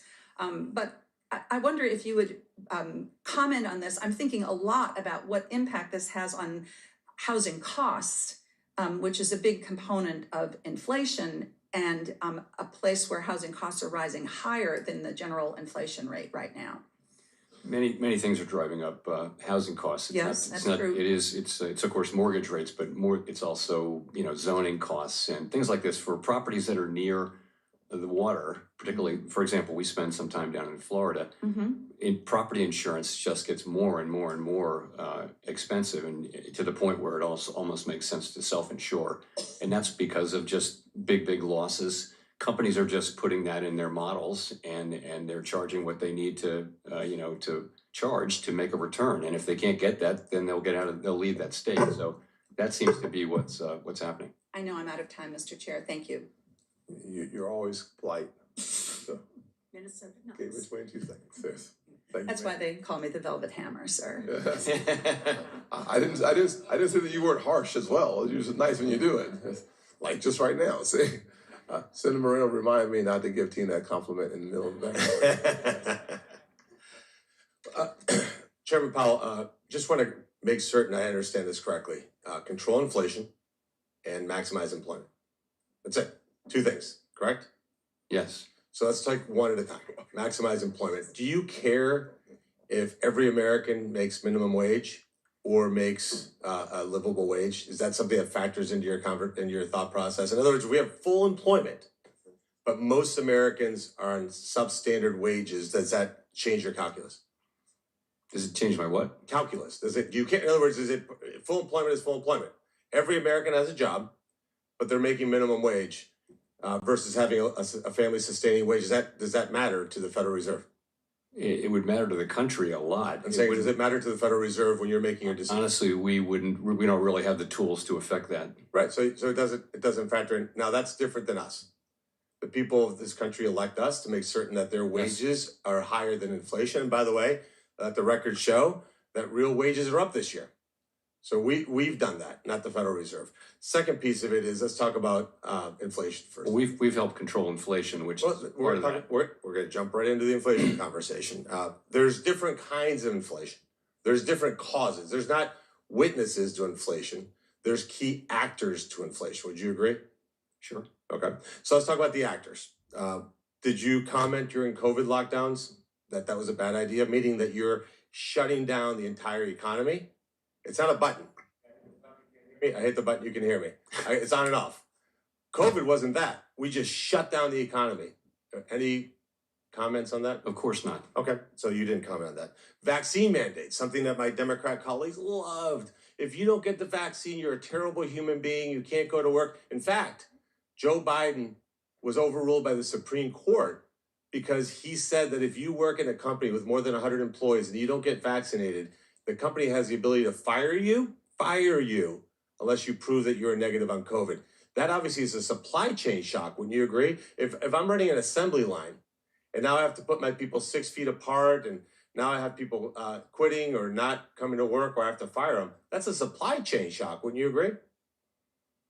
I mean, it's a medical thing that you... No, but it's a supply chain shock. George Washington. I'm not asking you to make a medical decision. I'm asking you to make a Fed decision on inflation. Way outside anything we would come. But it affects inflation because supply... It didn't. Are you saying that supply chain shocks don't affect inflation? They do, but that okay, they do. didn't. So that's clearly one. If you ban the export of liquid natural gas, which is going to cause the commodity price to go up, would that supply shock not also cause inflation? Potentially could. Yeah. So, and now the ranking member loves to talk about billionaire corporations, that are going to get away with paying taxes, right?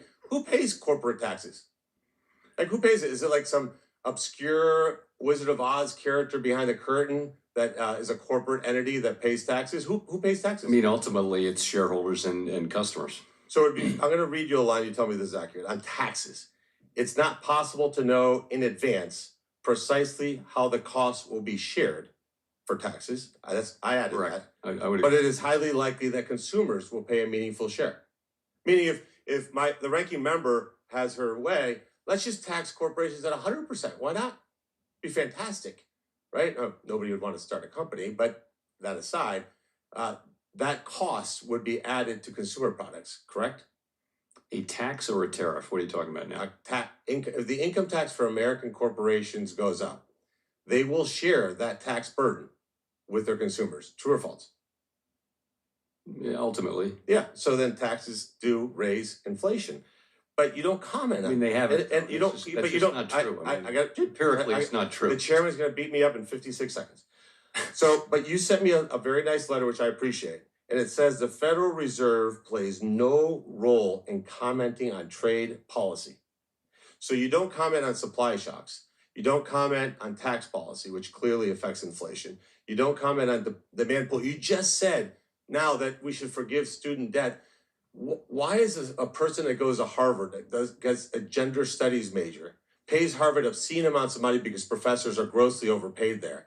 Is that person better than a working class Ohioan that is a plumber but can't afford a car because interest rates are too high and car prices have gone up?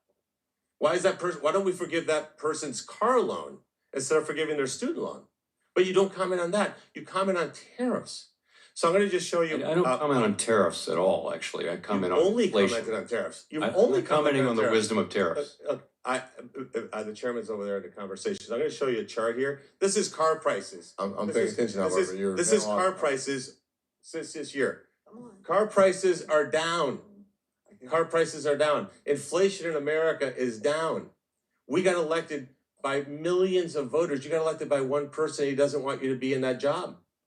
And you are costing this government $400 billion a year by refusing to lower interest rates. Nobody in this chamber has that kind of power to have a $400 billion impact on this economy, on our deficit. And I just think that you should consider whether you're really looking at this from a fiscal lens or a political lens, because you just don't like tariffs.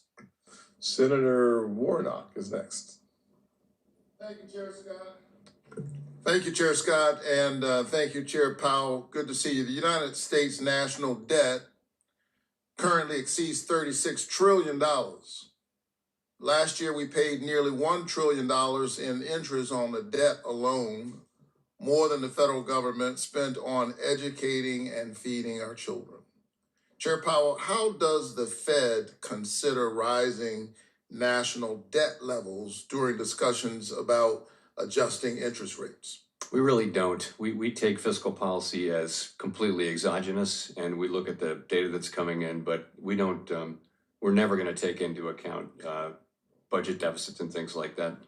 Here's my concern. Maybe Congress should be thinking about it. The world is losing faith in America's ability to repay our debt. We have seen a sell-off in the bond market. The United States dollar has lost more than 10% of its value against the euro and pound, and is down against nearly every single major currency in the world. Back in May, Moody's downgraded the U.S. government's credit rating because of growing debt and sinking confidence in lawmakers' willingness to address this issue.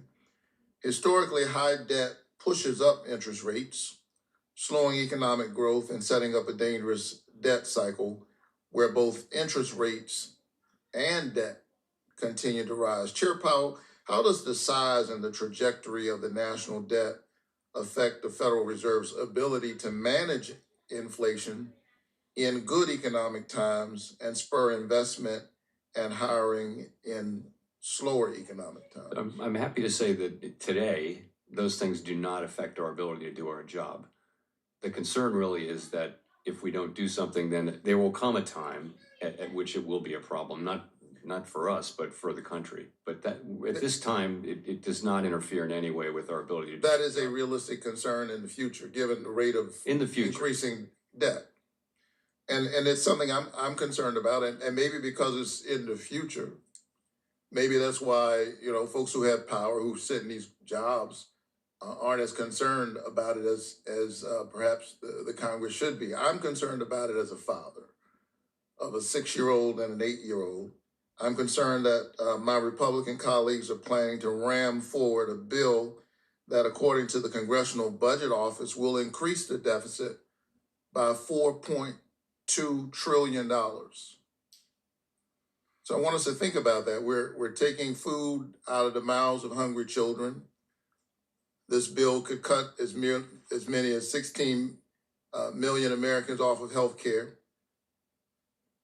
When we think about Medicaid, 71% of the Medicaid recipients in Georgia are children.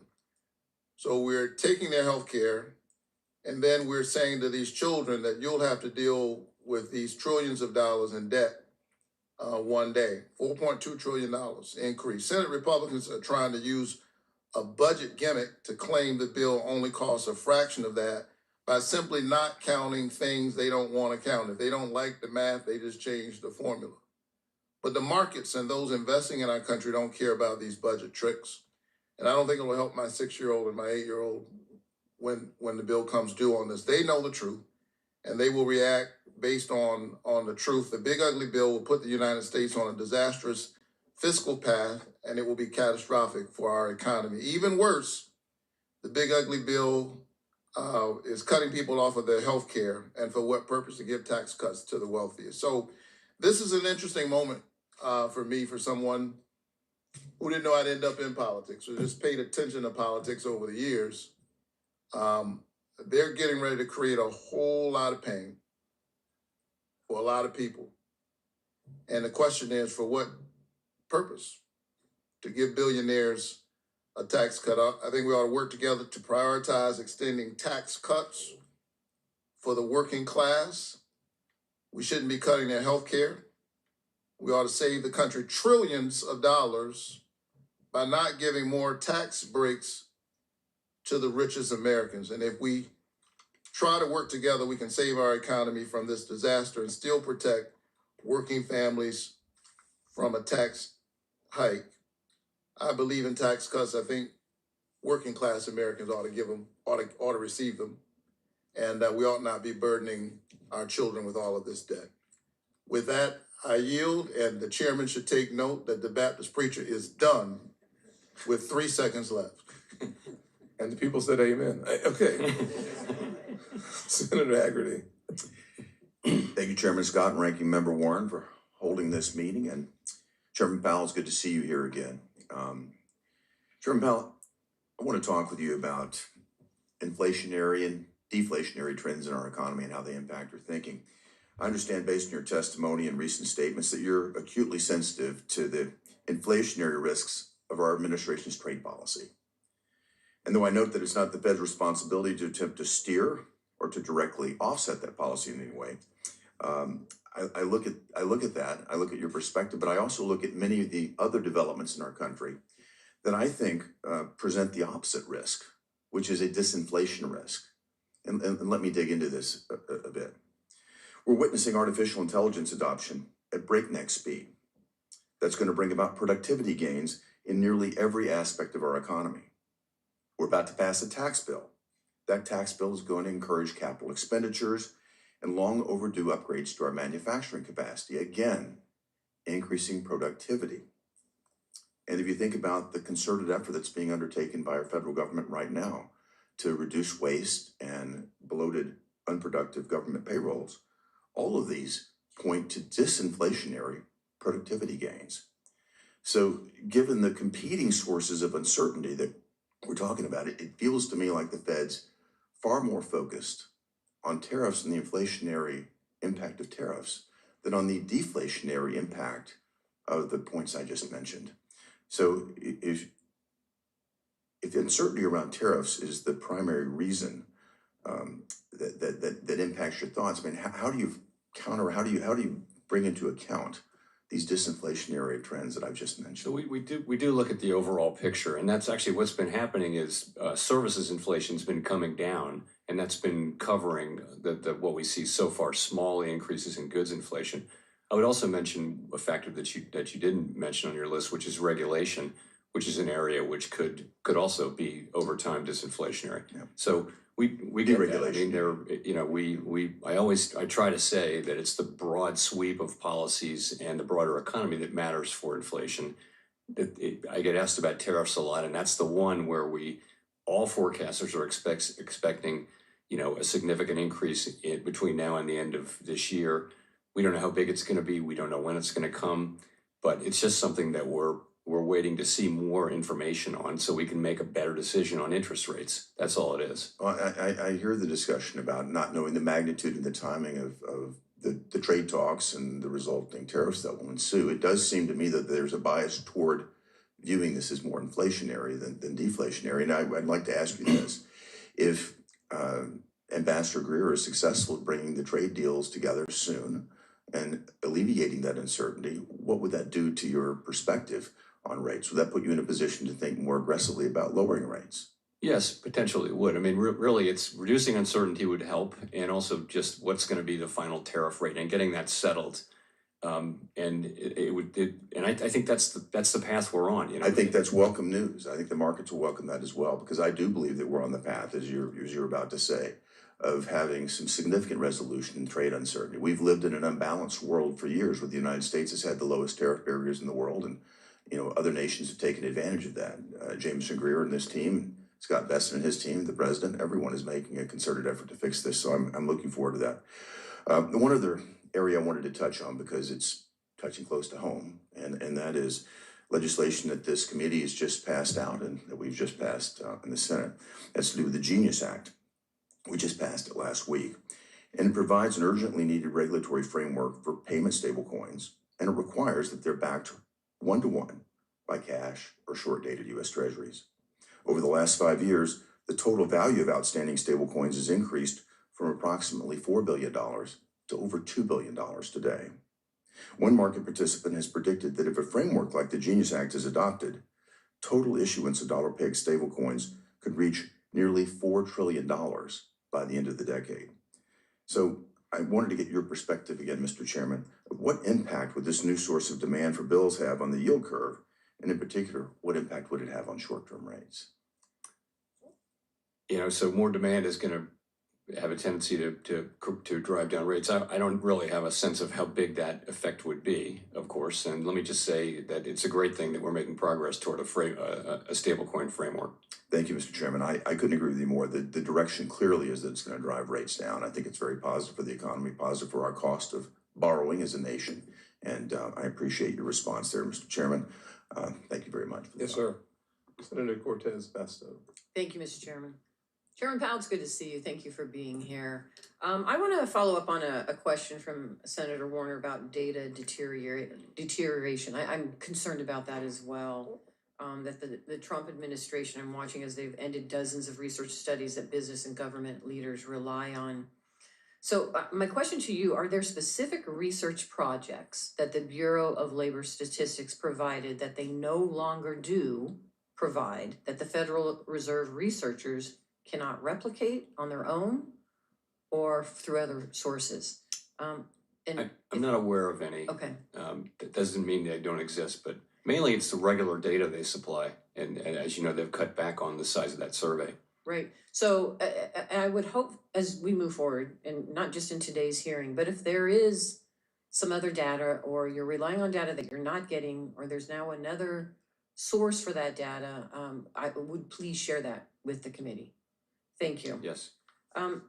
During the Biden administration, the Federal Housing Finance Agency and the Federal Reserve worked together to improve access to the discount window for banks. What is the status of that collaboration with the FHFA? I can't speak to the FHFA. I can speak to the fact that we're really looking carefully at modernizing the discount window and making. But we're not there investments.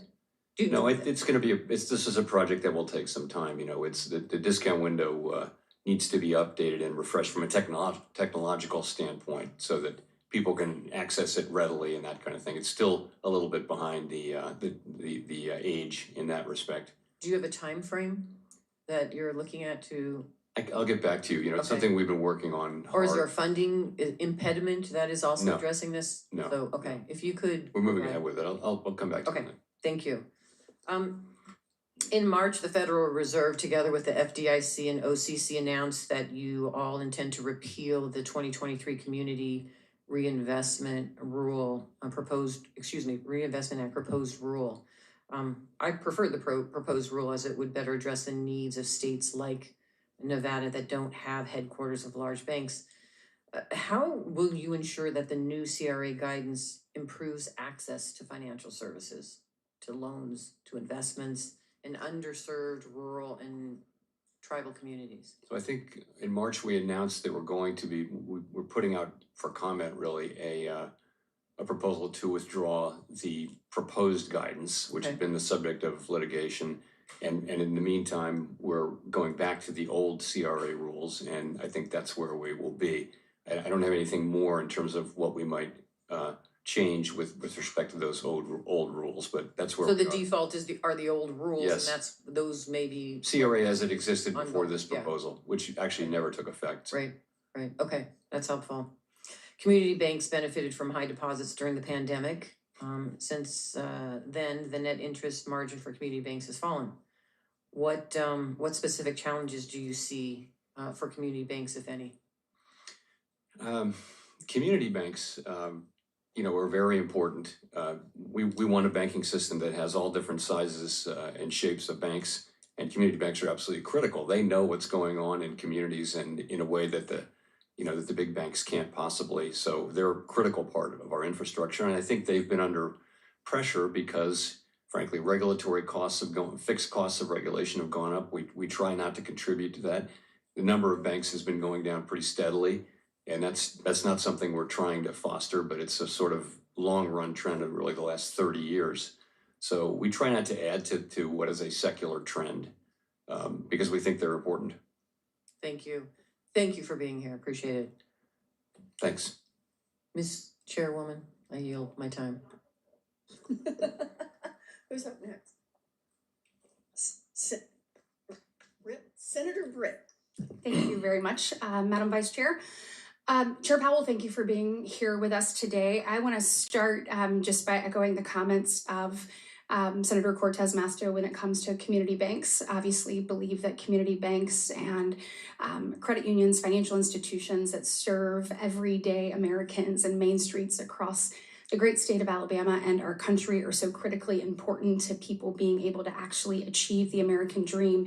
And want to make sure, I know we've talked about this the last few times that you've been in front of us. We've talked about the rewrite of Basel III. We've talked about long-term debt. We've talked about Reg II. We talked about a ton of things and talked about my concern that no one was looking at the cumulative impact of those things and the trickle-down effect.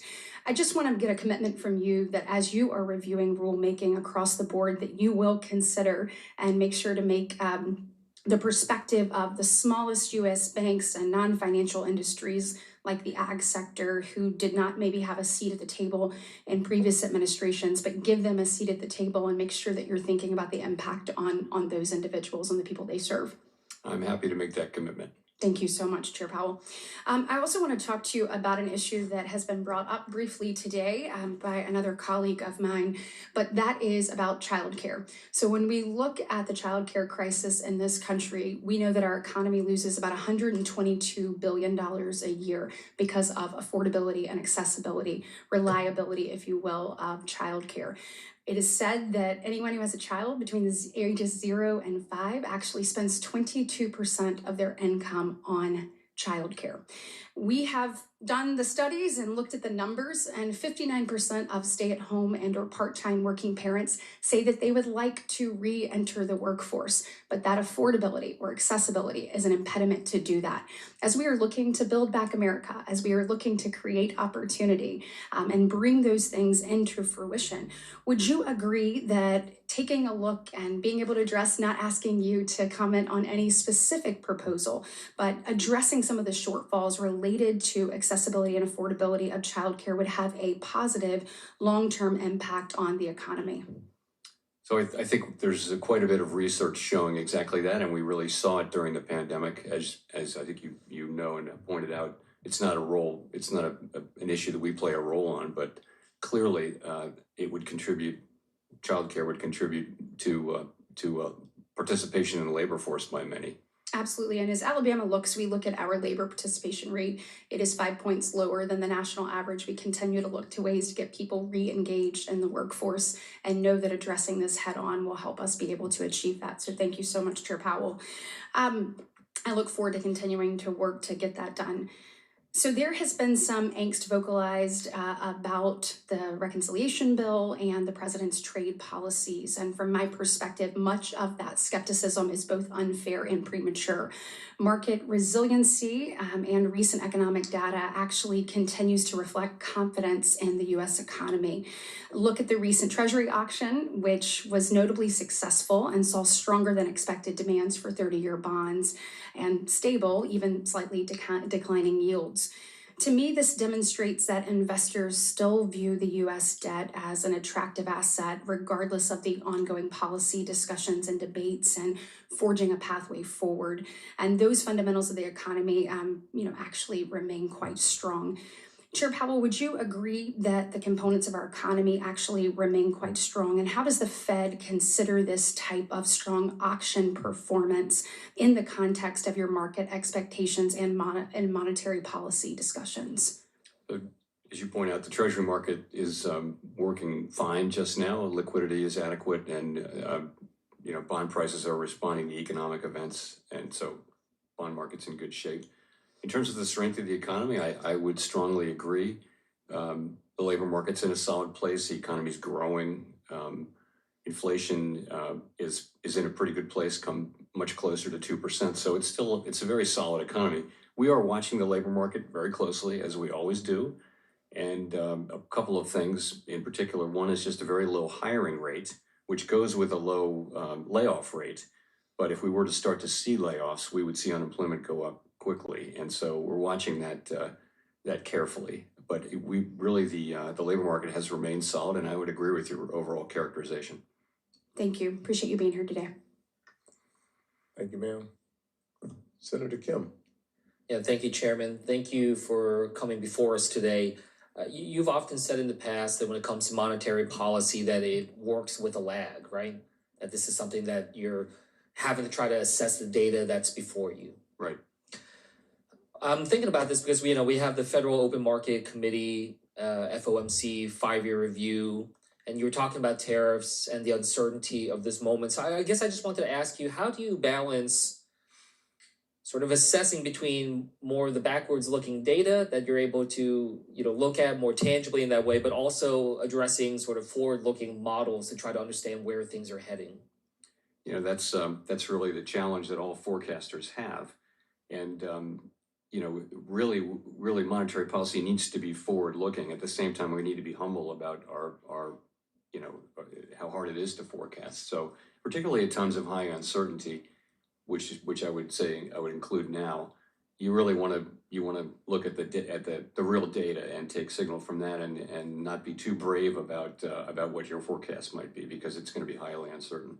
So you're saying that in times of greater uncertainty, in some ways that makes you more interested in the backwards looking data to sort of guide you? Well, I'd almost flip it around. Yes, but I'd almost flip it around and say at a time like that, you don't want to be giving a lot of forward guidance, and you don't want to be acting as though you have a lot of certainty about the path forward. It makes sense to move more slowly in most situations where there's more uncertainty. There are situations where it would not make sense to move slowly, but in most cases you want to move more slowly. Yeah, that's interesting. I mean, I talked to some of my constituents back home. There's this one conversation I had that has really stuck with me, where, a woman was telling me that, there's so much uncertainty right now in the world and certainly in her life, that she says it's hard for her to even breathe. Sometimes she just feels this kind of weight upon her chest. And I've thought about that a lot, because I try to think through what can we do to try to alleviate that concern, alleviate that anxiety for people. But you can see it. I mean, right now, whether it's about what's unfolding in the Middle East and the fragility of what comes next. When I look at this reconciliation bill before us in the Senate, I do worry not just about the deficit, as some of my colleagues have mentioned, but about the potential of significant job loss that we're seeing, whether in the healthcare industry, whether in the energy industries. And certainly when it comes to tariffs, as you said, trying to think through what comes next in terms of whether deals are struck and at what levels. Are you taking into account that by sort of an issue-based level, or are you looking at sort of the global instability in terms of the different crises that are out there? Is that factoring into how you're thinking about when we're talking about legislation here? I know you're not going to go into the policy per se, but if there's a potential for significant job disruption, is that something that you're looking into as you're forecasting? Yes. We obviously pay great attention to global events, and in an effort to understand what's going on in the economy globally, because that does matter for our economy. So we pay close attention to all of those things and track them. Ultimately, though, we're looking at the U.S. economy and what are the fundamental drivers here, and then making a judgment based on all of that. And mainly, this is a big economy, and we're geographically separated from most of the other big economies in the world. So we have a smaller external sector than most of the all the European economies, for example. So we're really looking at the U.S. and what's happening here. I wanted to ask you, because, in central banks in other countries, including Bank of England and European Central Bank, they've begun modeling the potential macroeconomic effects of artificial intelligence. They're thinking about how they can use AI to be able to do some of the forecasting, to think through what comes next. I guess I wanted to get a sense of what the Federal Reserve is thinking in terms of similar work in the AI space. We have lots of people doing work on AI, and more than that, even monitoring research that's going on everywhere in the world. And speaking of uncertainty, it's very clear that it has the potential to make really dramatic changes in our economy, in our workplace, in the jobs of workers, in the way companies work, and all of those things. But it honestly, there's a tremendous uncertainty about the timing of that, and what the ultimate consequences will be, and what the medium-term consequences will be. I was wondering if the Fed is evaluating AI credit models and how that could potentially deepen disparity in credit access or violate fair lending standards. Is that something that you've looked into at this point? And yes, absolutely. Is the Fed looking to potentially affirm some industry standards on this? It's something we've been aware of for a long time. There's a lot of research that's been done. Before generative AI came along, it's also just machine learning and technology generally. There are implicit biases that can appear. It's something we're very well aware of, and we do work with people to make sure that doesn't happen. Okay, thank you. I yield back. Thank you, Senator Banks. Thank you, Mr. Chairman. Chair Powell, can you talk about how our interest rates compare to other first-class countries around the world?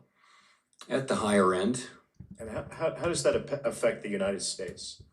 Well, I think that reflects a couple things. One is just that the U.S. economy has been stronger than others.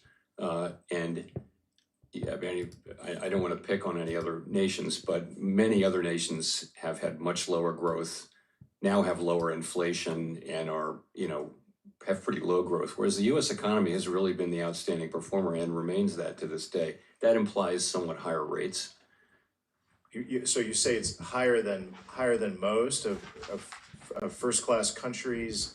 Can you talk about historically where we've matched up with other countries? Yeah, I mean, so let's just go back to when the pandemic hit, for example. We were at, we had very low rates during that era, but they were by far the highest in the developed world because the U.S. economy was the strongest. The European Union had negative rates. I think the Bank of England was at 75 basis points. I think we were at 2.4%, so we were meaningfully higher. And again, it was a time when we were our growth was higher, and their growth was lower, and their inflation was lower. Our inflation was fine, probably about the same as ours. So I think we've generally had a little bit higher rates than those countries because they have slower growth, older populations, lower productivity, those kind of things. We have the strongest economy in the world. Globally gone up as well. Sorry? Have interest rates in those countries globally gone up as well? Well, they went up. The US? All of those countries had their rates go up quite a bit during the global pandemic inflation, right? And as you know, many of them have been cutting their rates, and we had been too. And we'll at some point resume that. But we're 100 basis points lower than we were. I think if you take the EU and the Bank of England, they've both cut a little more than that. How recently? Recently, but but I think you probably read this, but they're either at or close to the end of their cutting cycles. I know there's been a lot of talk today about deficits and the national debt, but how much does tax policy affect the economy in the U.S.? I mean, it has big effects over time. It's really not something that drives what we do.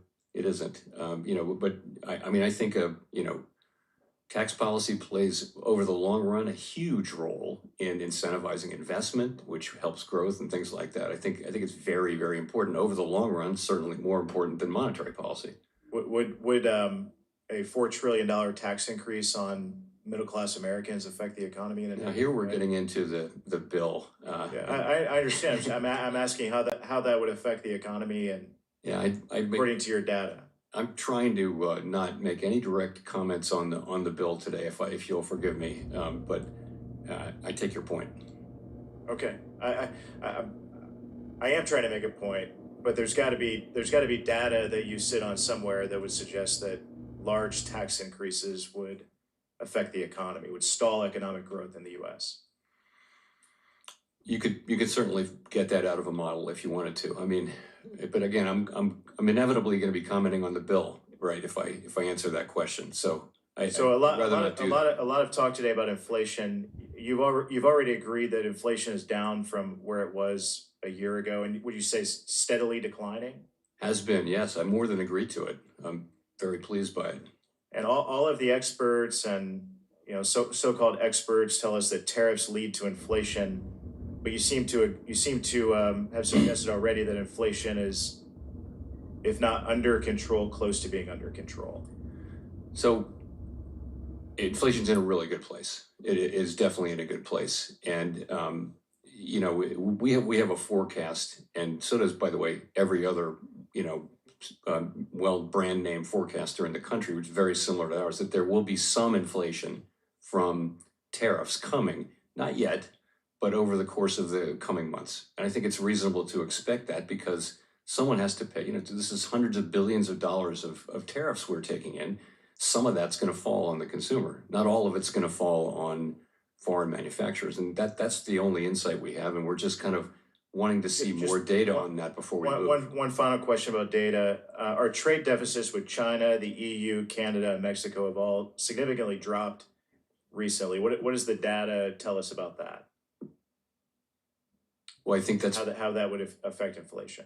How it would affect inflation. I don't know that it has implications for inflation, but it obviously reflects the tariffs. I think recently you've seen Chinese imports come down quite a bit. Thank you. I yield back. Thanks. Senator Blunt, Rochester. Thank you, Mr. Chairman and Ranking Member Warren. Chair Powell, welcome back. Inflation has come down meaningfully from its peak, and there are signs of moderation in the broader economy. But prices for rent and other essential services remain high, and the outlook is still uncertain. Wage growth remains strong, but productivity trends are mixed, and demand for places to live is high, but borrowing costs and material shortages are making it harder for builders to keep up, adding to the affordability pressures.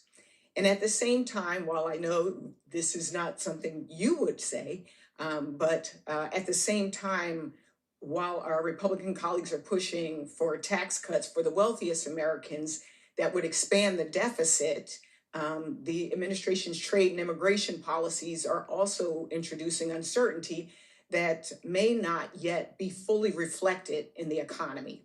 For families that I represent, the cost of living remains painfully high. Premature easing could have unintended consequences that undo the progress we've made. Later this year, the Fed will update its monetary policy framework to respond to today's inflationary environment. And after years of supply shocks, housing inflation, and fiscal volatility, I hope you will remain strengthened that the Fed's ability to navigate the more uncertain economy. And as you undertake this update, can you talk about how you're adapting the framework to these realities while preserving the Fed's commitment to full employment? I'd be glad to. So we made changes in the year 2020 to our framework, and those were meant to take on board the special issues that a central bank faces during the era of extremely low interest rates, where rates were never very far from zero. In fact, we just barely got away from zero when we had to cut back to zero. And the feeling was very much that if we had any kind of a shock, we'd be back at zero for years on end again. And that's really not a good thing, because the economy can become very stagnant. So what's happened since then, the big thing is interest rates are back to much more normal levels historically. So our policy rate at 4.3% actually doesn't feel like it's particularly restrictive. So it's, in other words, rates have moved way back up. That means that the effective lower bound is less of a problem. It means that the changes we made in 2020 are less relevant. They're not completely irrelevant. So we're making modifications, which we'll be discussing inside of our committee between now and the next meeting and in the next meeting, that will return the forecast more to what it was before the 2020 cycle. I know we had a chance to talk in the past about my focus on jobs and the economy and labor. And I want to follow up on Senator Kim's questioning, where the focus on the changing technology landscape and with artificial intelligence, generative AI, and just its impact on the economy and labor market. How would you describe AI's impact on the economy so far, and how is the Fed measuring it? The effects of AI are probably not great at this time, generative AI, and the question is how great will they be, and how big will they be, and how quickly will that happen? And anyone who's been exposed to what AI is capable of has to be pretty stunned by what it's capable of. And this is even the early days too. You know, what the experts tell us is that, you know, in 2 years, these things that you're doing, that'll be nothing compared to what we can do in 2 years. So I think it has enormous capabilities to make really significant changes in the economy and the labor force. And, you know, it can either augment people's productivity, or it can replace people, or it can do a little bit of both. But it's going to be something. You preempted my question, actually. I saw a recent article, and a CEO of an AI company actually said AI could, quote, wipe out half of all entry-level white-collar jobs and spike unemployment to 10 or 20%. And I think he said in like a matter of a year or two. Do you think this is a reasonable perspective? And how would AI-driven productivity gains or worker displacement affect how the Fed defines full employment? I don't know whether that's, I'm not the person to say how quickly that will happen. What's happened before with technology is it just seems to take a long time to be implemented. You know, there's the technology, what it's capable of, and there's what it actually does when implemented. That last phase has tended to take longer than people expect. Will it happen with AI? It probably will, but in terms of maximum employment, the Fed doesn't have the tools to really address the social issues and labor market issues that will arise from this. We don't have those tools. We just have interest rates, and we'll always be able to balance the labor market so that supply and demand are in balance. But things like what AI does and what other things do from the outside, we just have to take them as they come. Thank you. Thank you. I yield back. Yes, ma'am. Senator Tillis. Thank you, Chair, for being here. Maybe just, I didn't expect to talk about it, but since AI came up, I mean, first off, we need to welcome it, exploit it, and benefit from it. I've had my staff try and go back and look at some of the congressional hearings in the times of the Industrial Revolution and other instances where we've had these threats of displacement, and it worked out okay for us. But the key is this is a global competition, and other countries are going to implement it. It is going to drive down their costs, and it will make us less competitive if we don't meet the challenge and become the innovator. But the transition is very important to note. I want to talk about SLR for a minute. I think you all indicated the balance sheet's going to continue to shrink. We're not going to get to pre-COVID levels, which was, I think, somewhere around $4 trillion. So I guess the question is, you guys expect to hold higher levels of central banks to hold higher levels of central bank reserves than we have in previous years. Do you agree with that? I don't think we'll get all the way back to where we were, but we're still shrinking. Is it fair to say that the SLR should be updated to reflect the evolving preference? Yes. Thank you. Fed now. It's cost $545 million. Chair Powell, I've never really liked Fed now, so it's probably not a friendly question. But I spent $545 million to implement it now. I think you're expected to spend another $245 million in 2025, so the total price tag is $1 billion. As you know, the Money Control Act requires the Fed to cover all the direct and indirect costs actually incurred. So can you give me an idea of when we're going to see a fee structure that's going to generate and actually pay for this implementation, including the expected ongoing operational cost? So you're right. That is our obligation under the law, is to have it be self-funding, and we have a period during which that's supposed to happen. Yeah. Uptake has been steady but not rapid. Yeah. And is it your sense that you're going to be able to get to that, and that the fee structure that you're going to need based on that take rate is going to be achievable? I think it's probably still achievable. I am not 100% clear that we're going to achieve it very soon. That's what I'm concerned, and I wonder if that pricing is there given private sector options, if you're ever going to be able to get there. So just an editorial comment. One thing I did want to mention, I'm excited to see some of my colleagues on the other side of the dais concerned about the debt. Because last time I checked, over the 4 years that President Biden was in office, we had the American Rescue Plan that cost us $2 trillion. We had the Inflation Reduction Act that cost us $1 trillion. And we had the PACT Act that many of my colleagues, I was one of 9 Republicans that didn't vote for it, that also cost us $1 trillion. So I'm excited to see that my colleagues on the other side of the aisle want to get serious about spending within our means. I did have a question, I think, for my staff wanted to ask about, sorry, I just want to get my notes right. I actually wanted to go, I don't have it before me, but what's the current status in your view on Wells Fargo's capital requirements?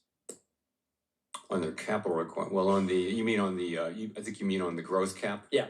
Yeah, so we voted unanimously to remove that after many years of having it in place. They did satisfy the requirements we'd put in place, and we removed the cap along with the other agencies.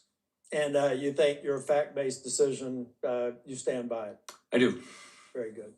Last thing is Walmart. I've got other questions I'll submit for the record, Chair, but Walmart on April 9th, I think, withdrew their forward guidance. And they indicated the reason that they were doing that is there was uncertainty, and it seems to have been timed somewhat with the uncertainty around trade.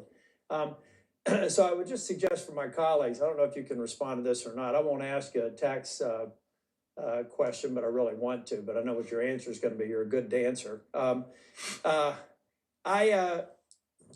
think that it is fair to say that if there is going to be a correlation to increasing prices, and Walmart having made the decision to withdraw their guidance is probably the best testament that they know that they may have to deal with cost and maybe inflationary uncertainties. Would you characterize that as maybe a likely reason that they withdrew their guidance?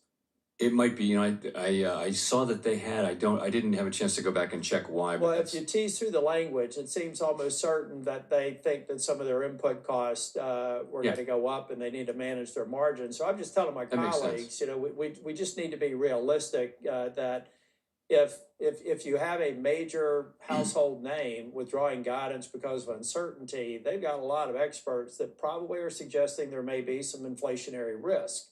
We haven't realized it yet, but I think we all need to keep our eyes open and not look past it so that we can management if it comes to pass. I don't think that there should be a problem with that. Thank you. Now, the last thing that I just want to mention is that you can't respond to this, but I will tell you, if the Democrats succeed in preventing us from avoiding the biggest tax hike in the history of this country, it is going to cause great damage to the people who can least afford it.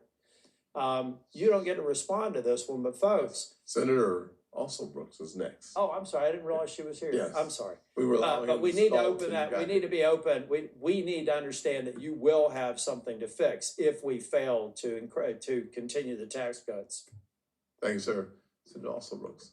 Thank you so much. First to Chair Scott and Ranking Member Warren, thank you so much for hosting today's hearing. We thank you also, Chairman Powell, for your tremendous service to our country. I very much enjoyed the meeting that we had earlier this year and look forward to working with you. Many of my colleagues today have been listening to this hearing, have rightly discussed concerns regarding how tariffs are affecting consumers and businesses. And I'd like to highlight a specific business in Maryland that encapsulates the harm that I believe this administration is inflicting, but also the resilience of a proud Maryland small business. Bay Dog is a successful pet brand based on Kent Island, one founded by Barton O'Brien, who's a Marine veteran who served 3 combat tours overseas. Mr. O'Brien has calculated that if he were to make his products in the United States, he would have to raise his prices 400% just to break even. The tariffs, he believes, are a burdensome tax that could put companies like his out of business, but the damage doesn't stop there. Bay Dog is sold in thousands of other brick and mortar stores across the country, all locally owned small businesses who similarly have to raise prices or lose sales to pay the president's tax. Mr. O'Brien started planning for this last summer when President Trump started talking about tariffs during the campaign. He stockpiled inventory and has committed to keeping his prices stable this year. But what Bay Dog is asking is, what is he to do if the tariffs are in place next year?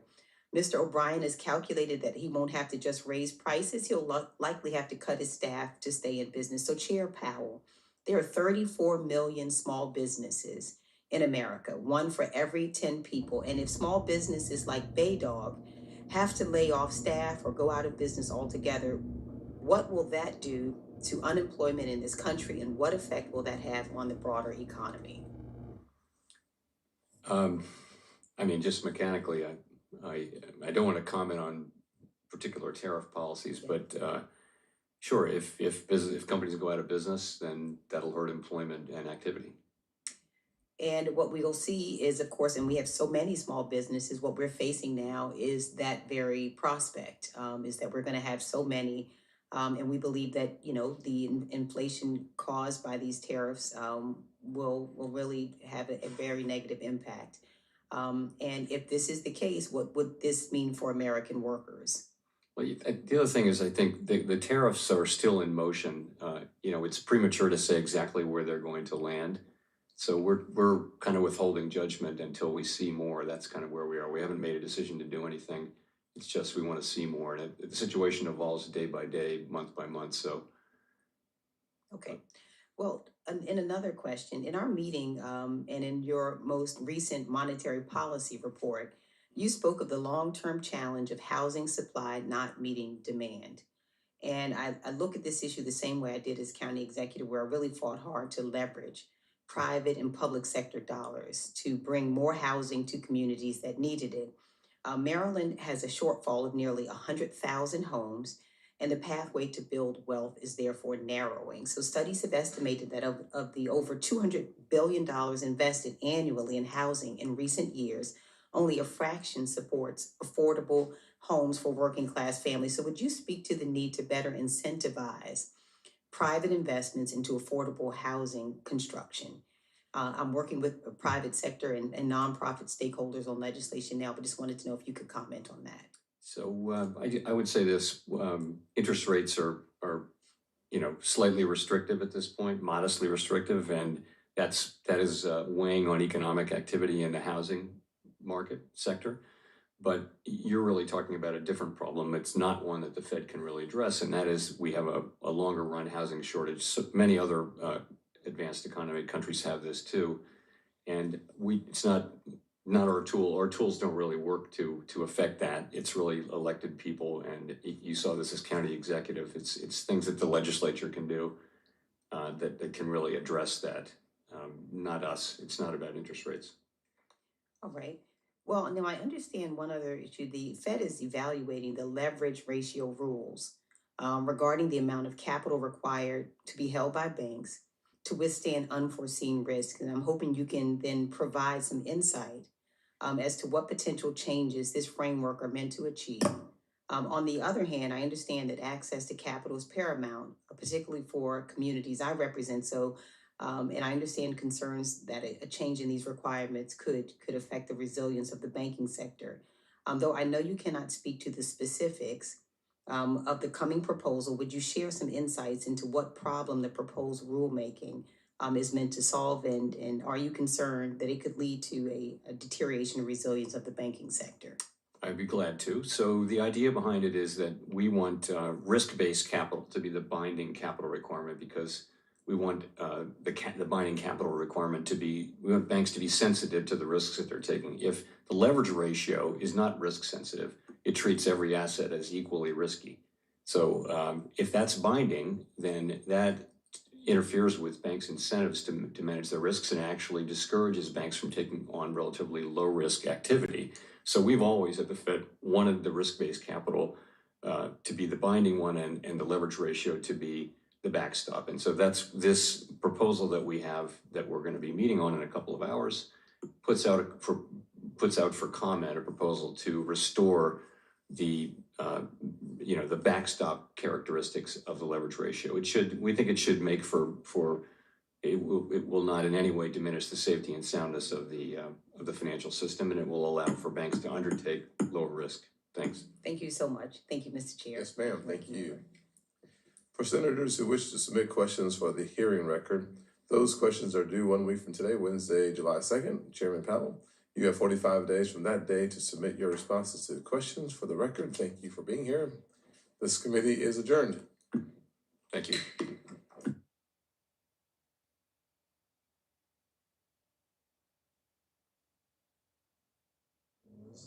It sounds like maybe Friday now for the motion to proceed.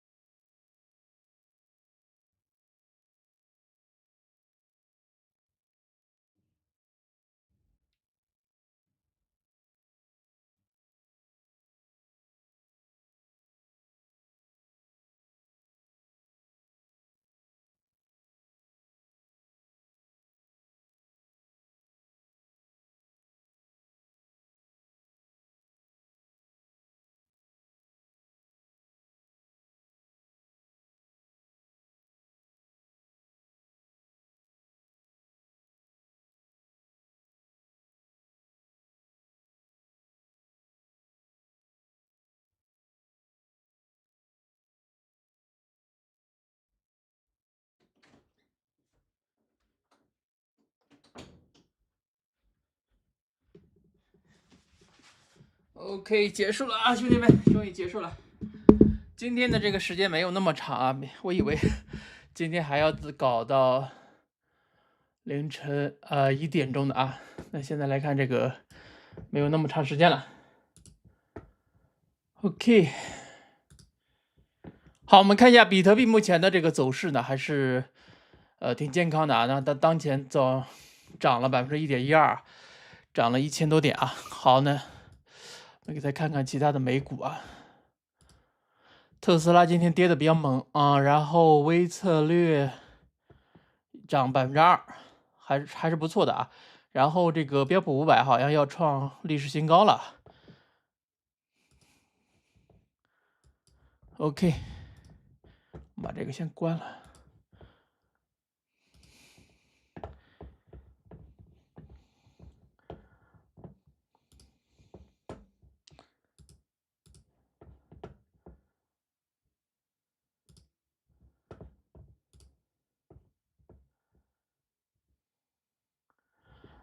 我这时差应该是10几个小时吧。来个大佬总结一下啊。那其实今天的这个直播呢，我看一下啊。今天的这个听证会啊，其实没有讲到大家能看到我的屏幕吗？这个听证会啊，其实没有讲到其实还是延续昨天就是因为议员太多了嘛，所以他今天昨天没有问完，所以就挪到今天来了。那整体的一个情况呢，还是延续昨天的一个说法啊。那么今天他唯一提到的一点就是，全世界所有的经济体啊，那一流的国家，然后这种经济体都不好啊。那我刚才听到这个，他可能也在谈到中国的通胀的问题啊。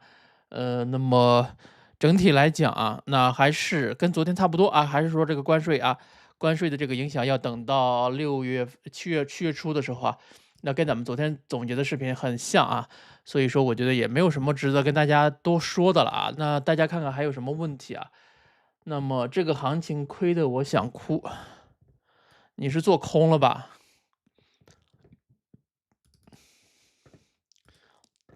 好，那大家再帮忙点波赞啊，订阅一下，然后咱们这个今天直播就差不多了啊。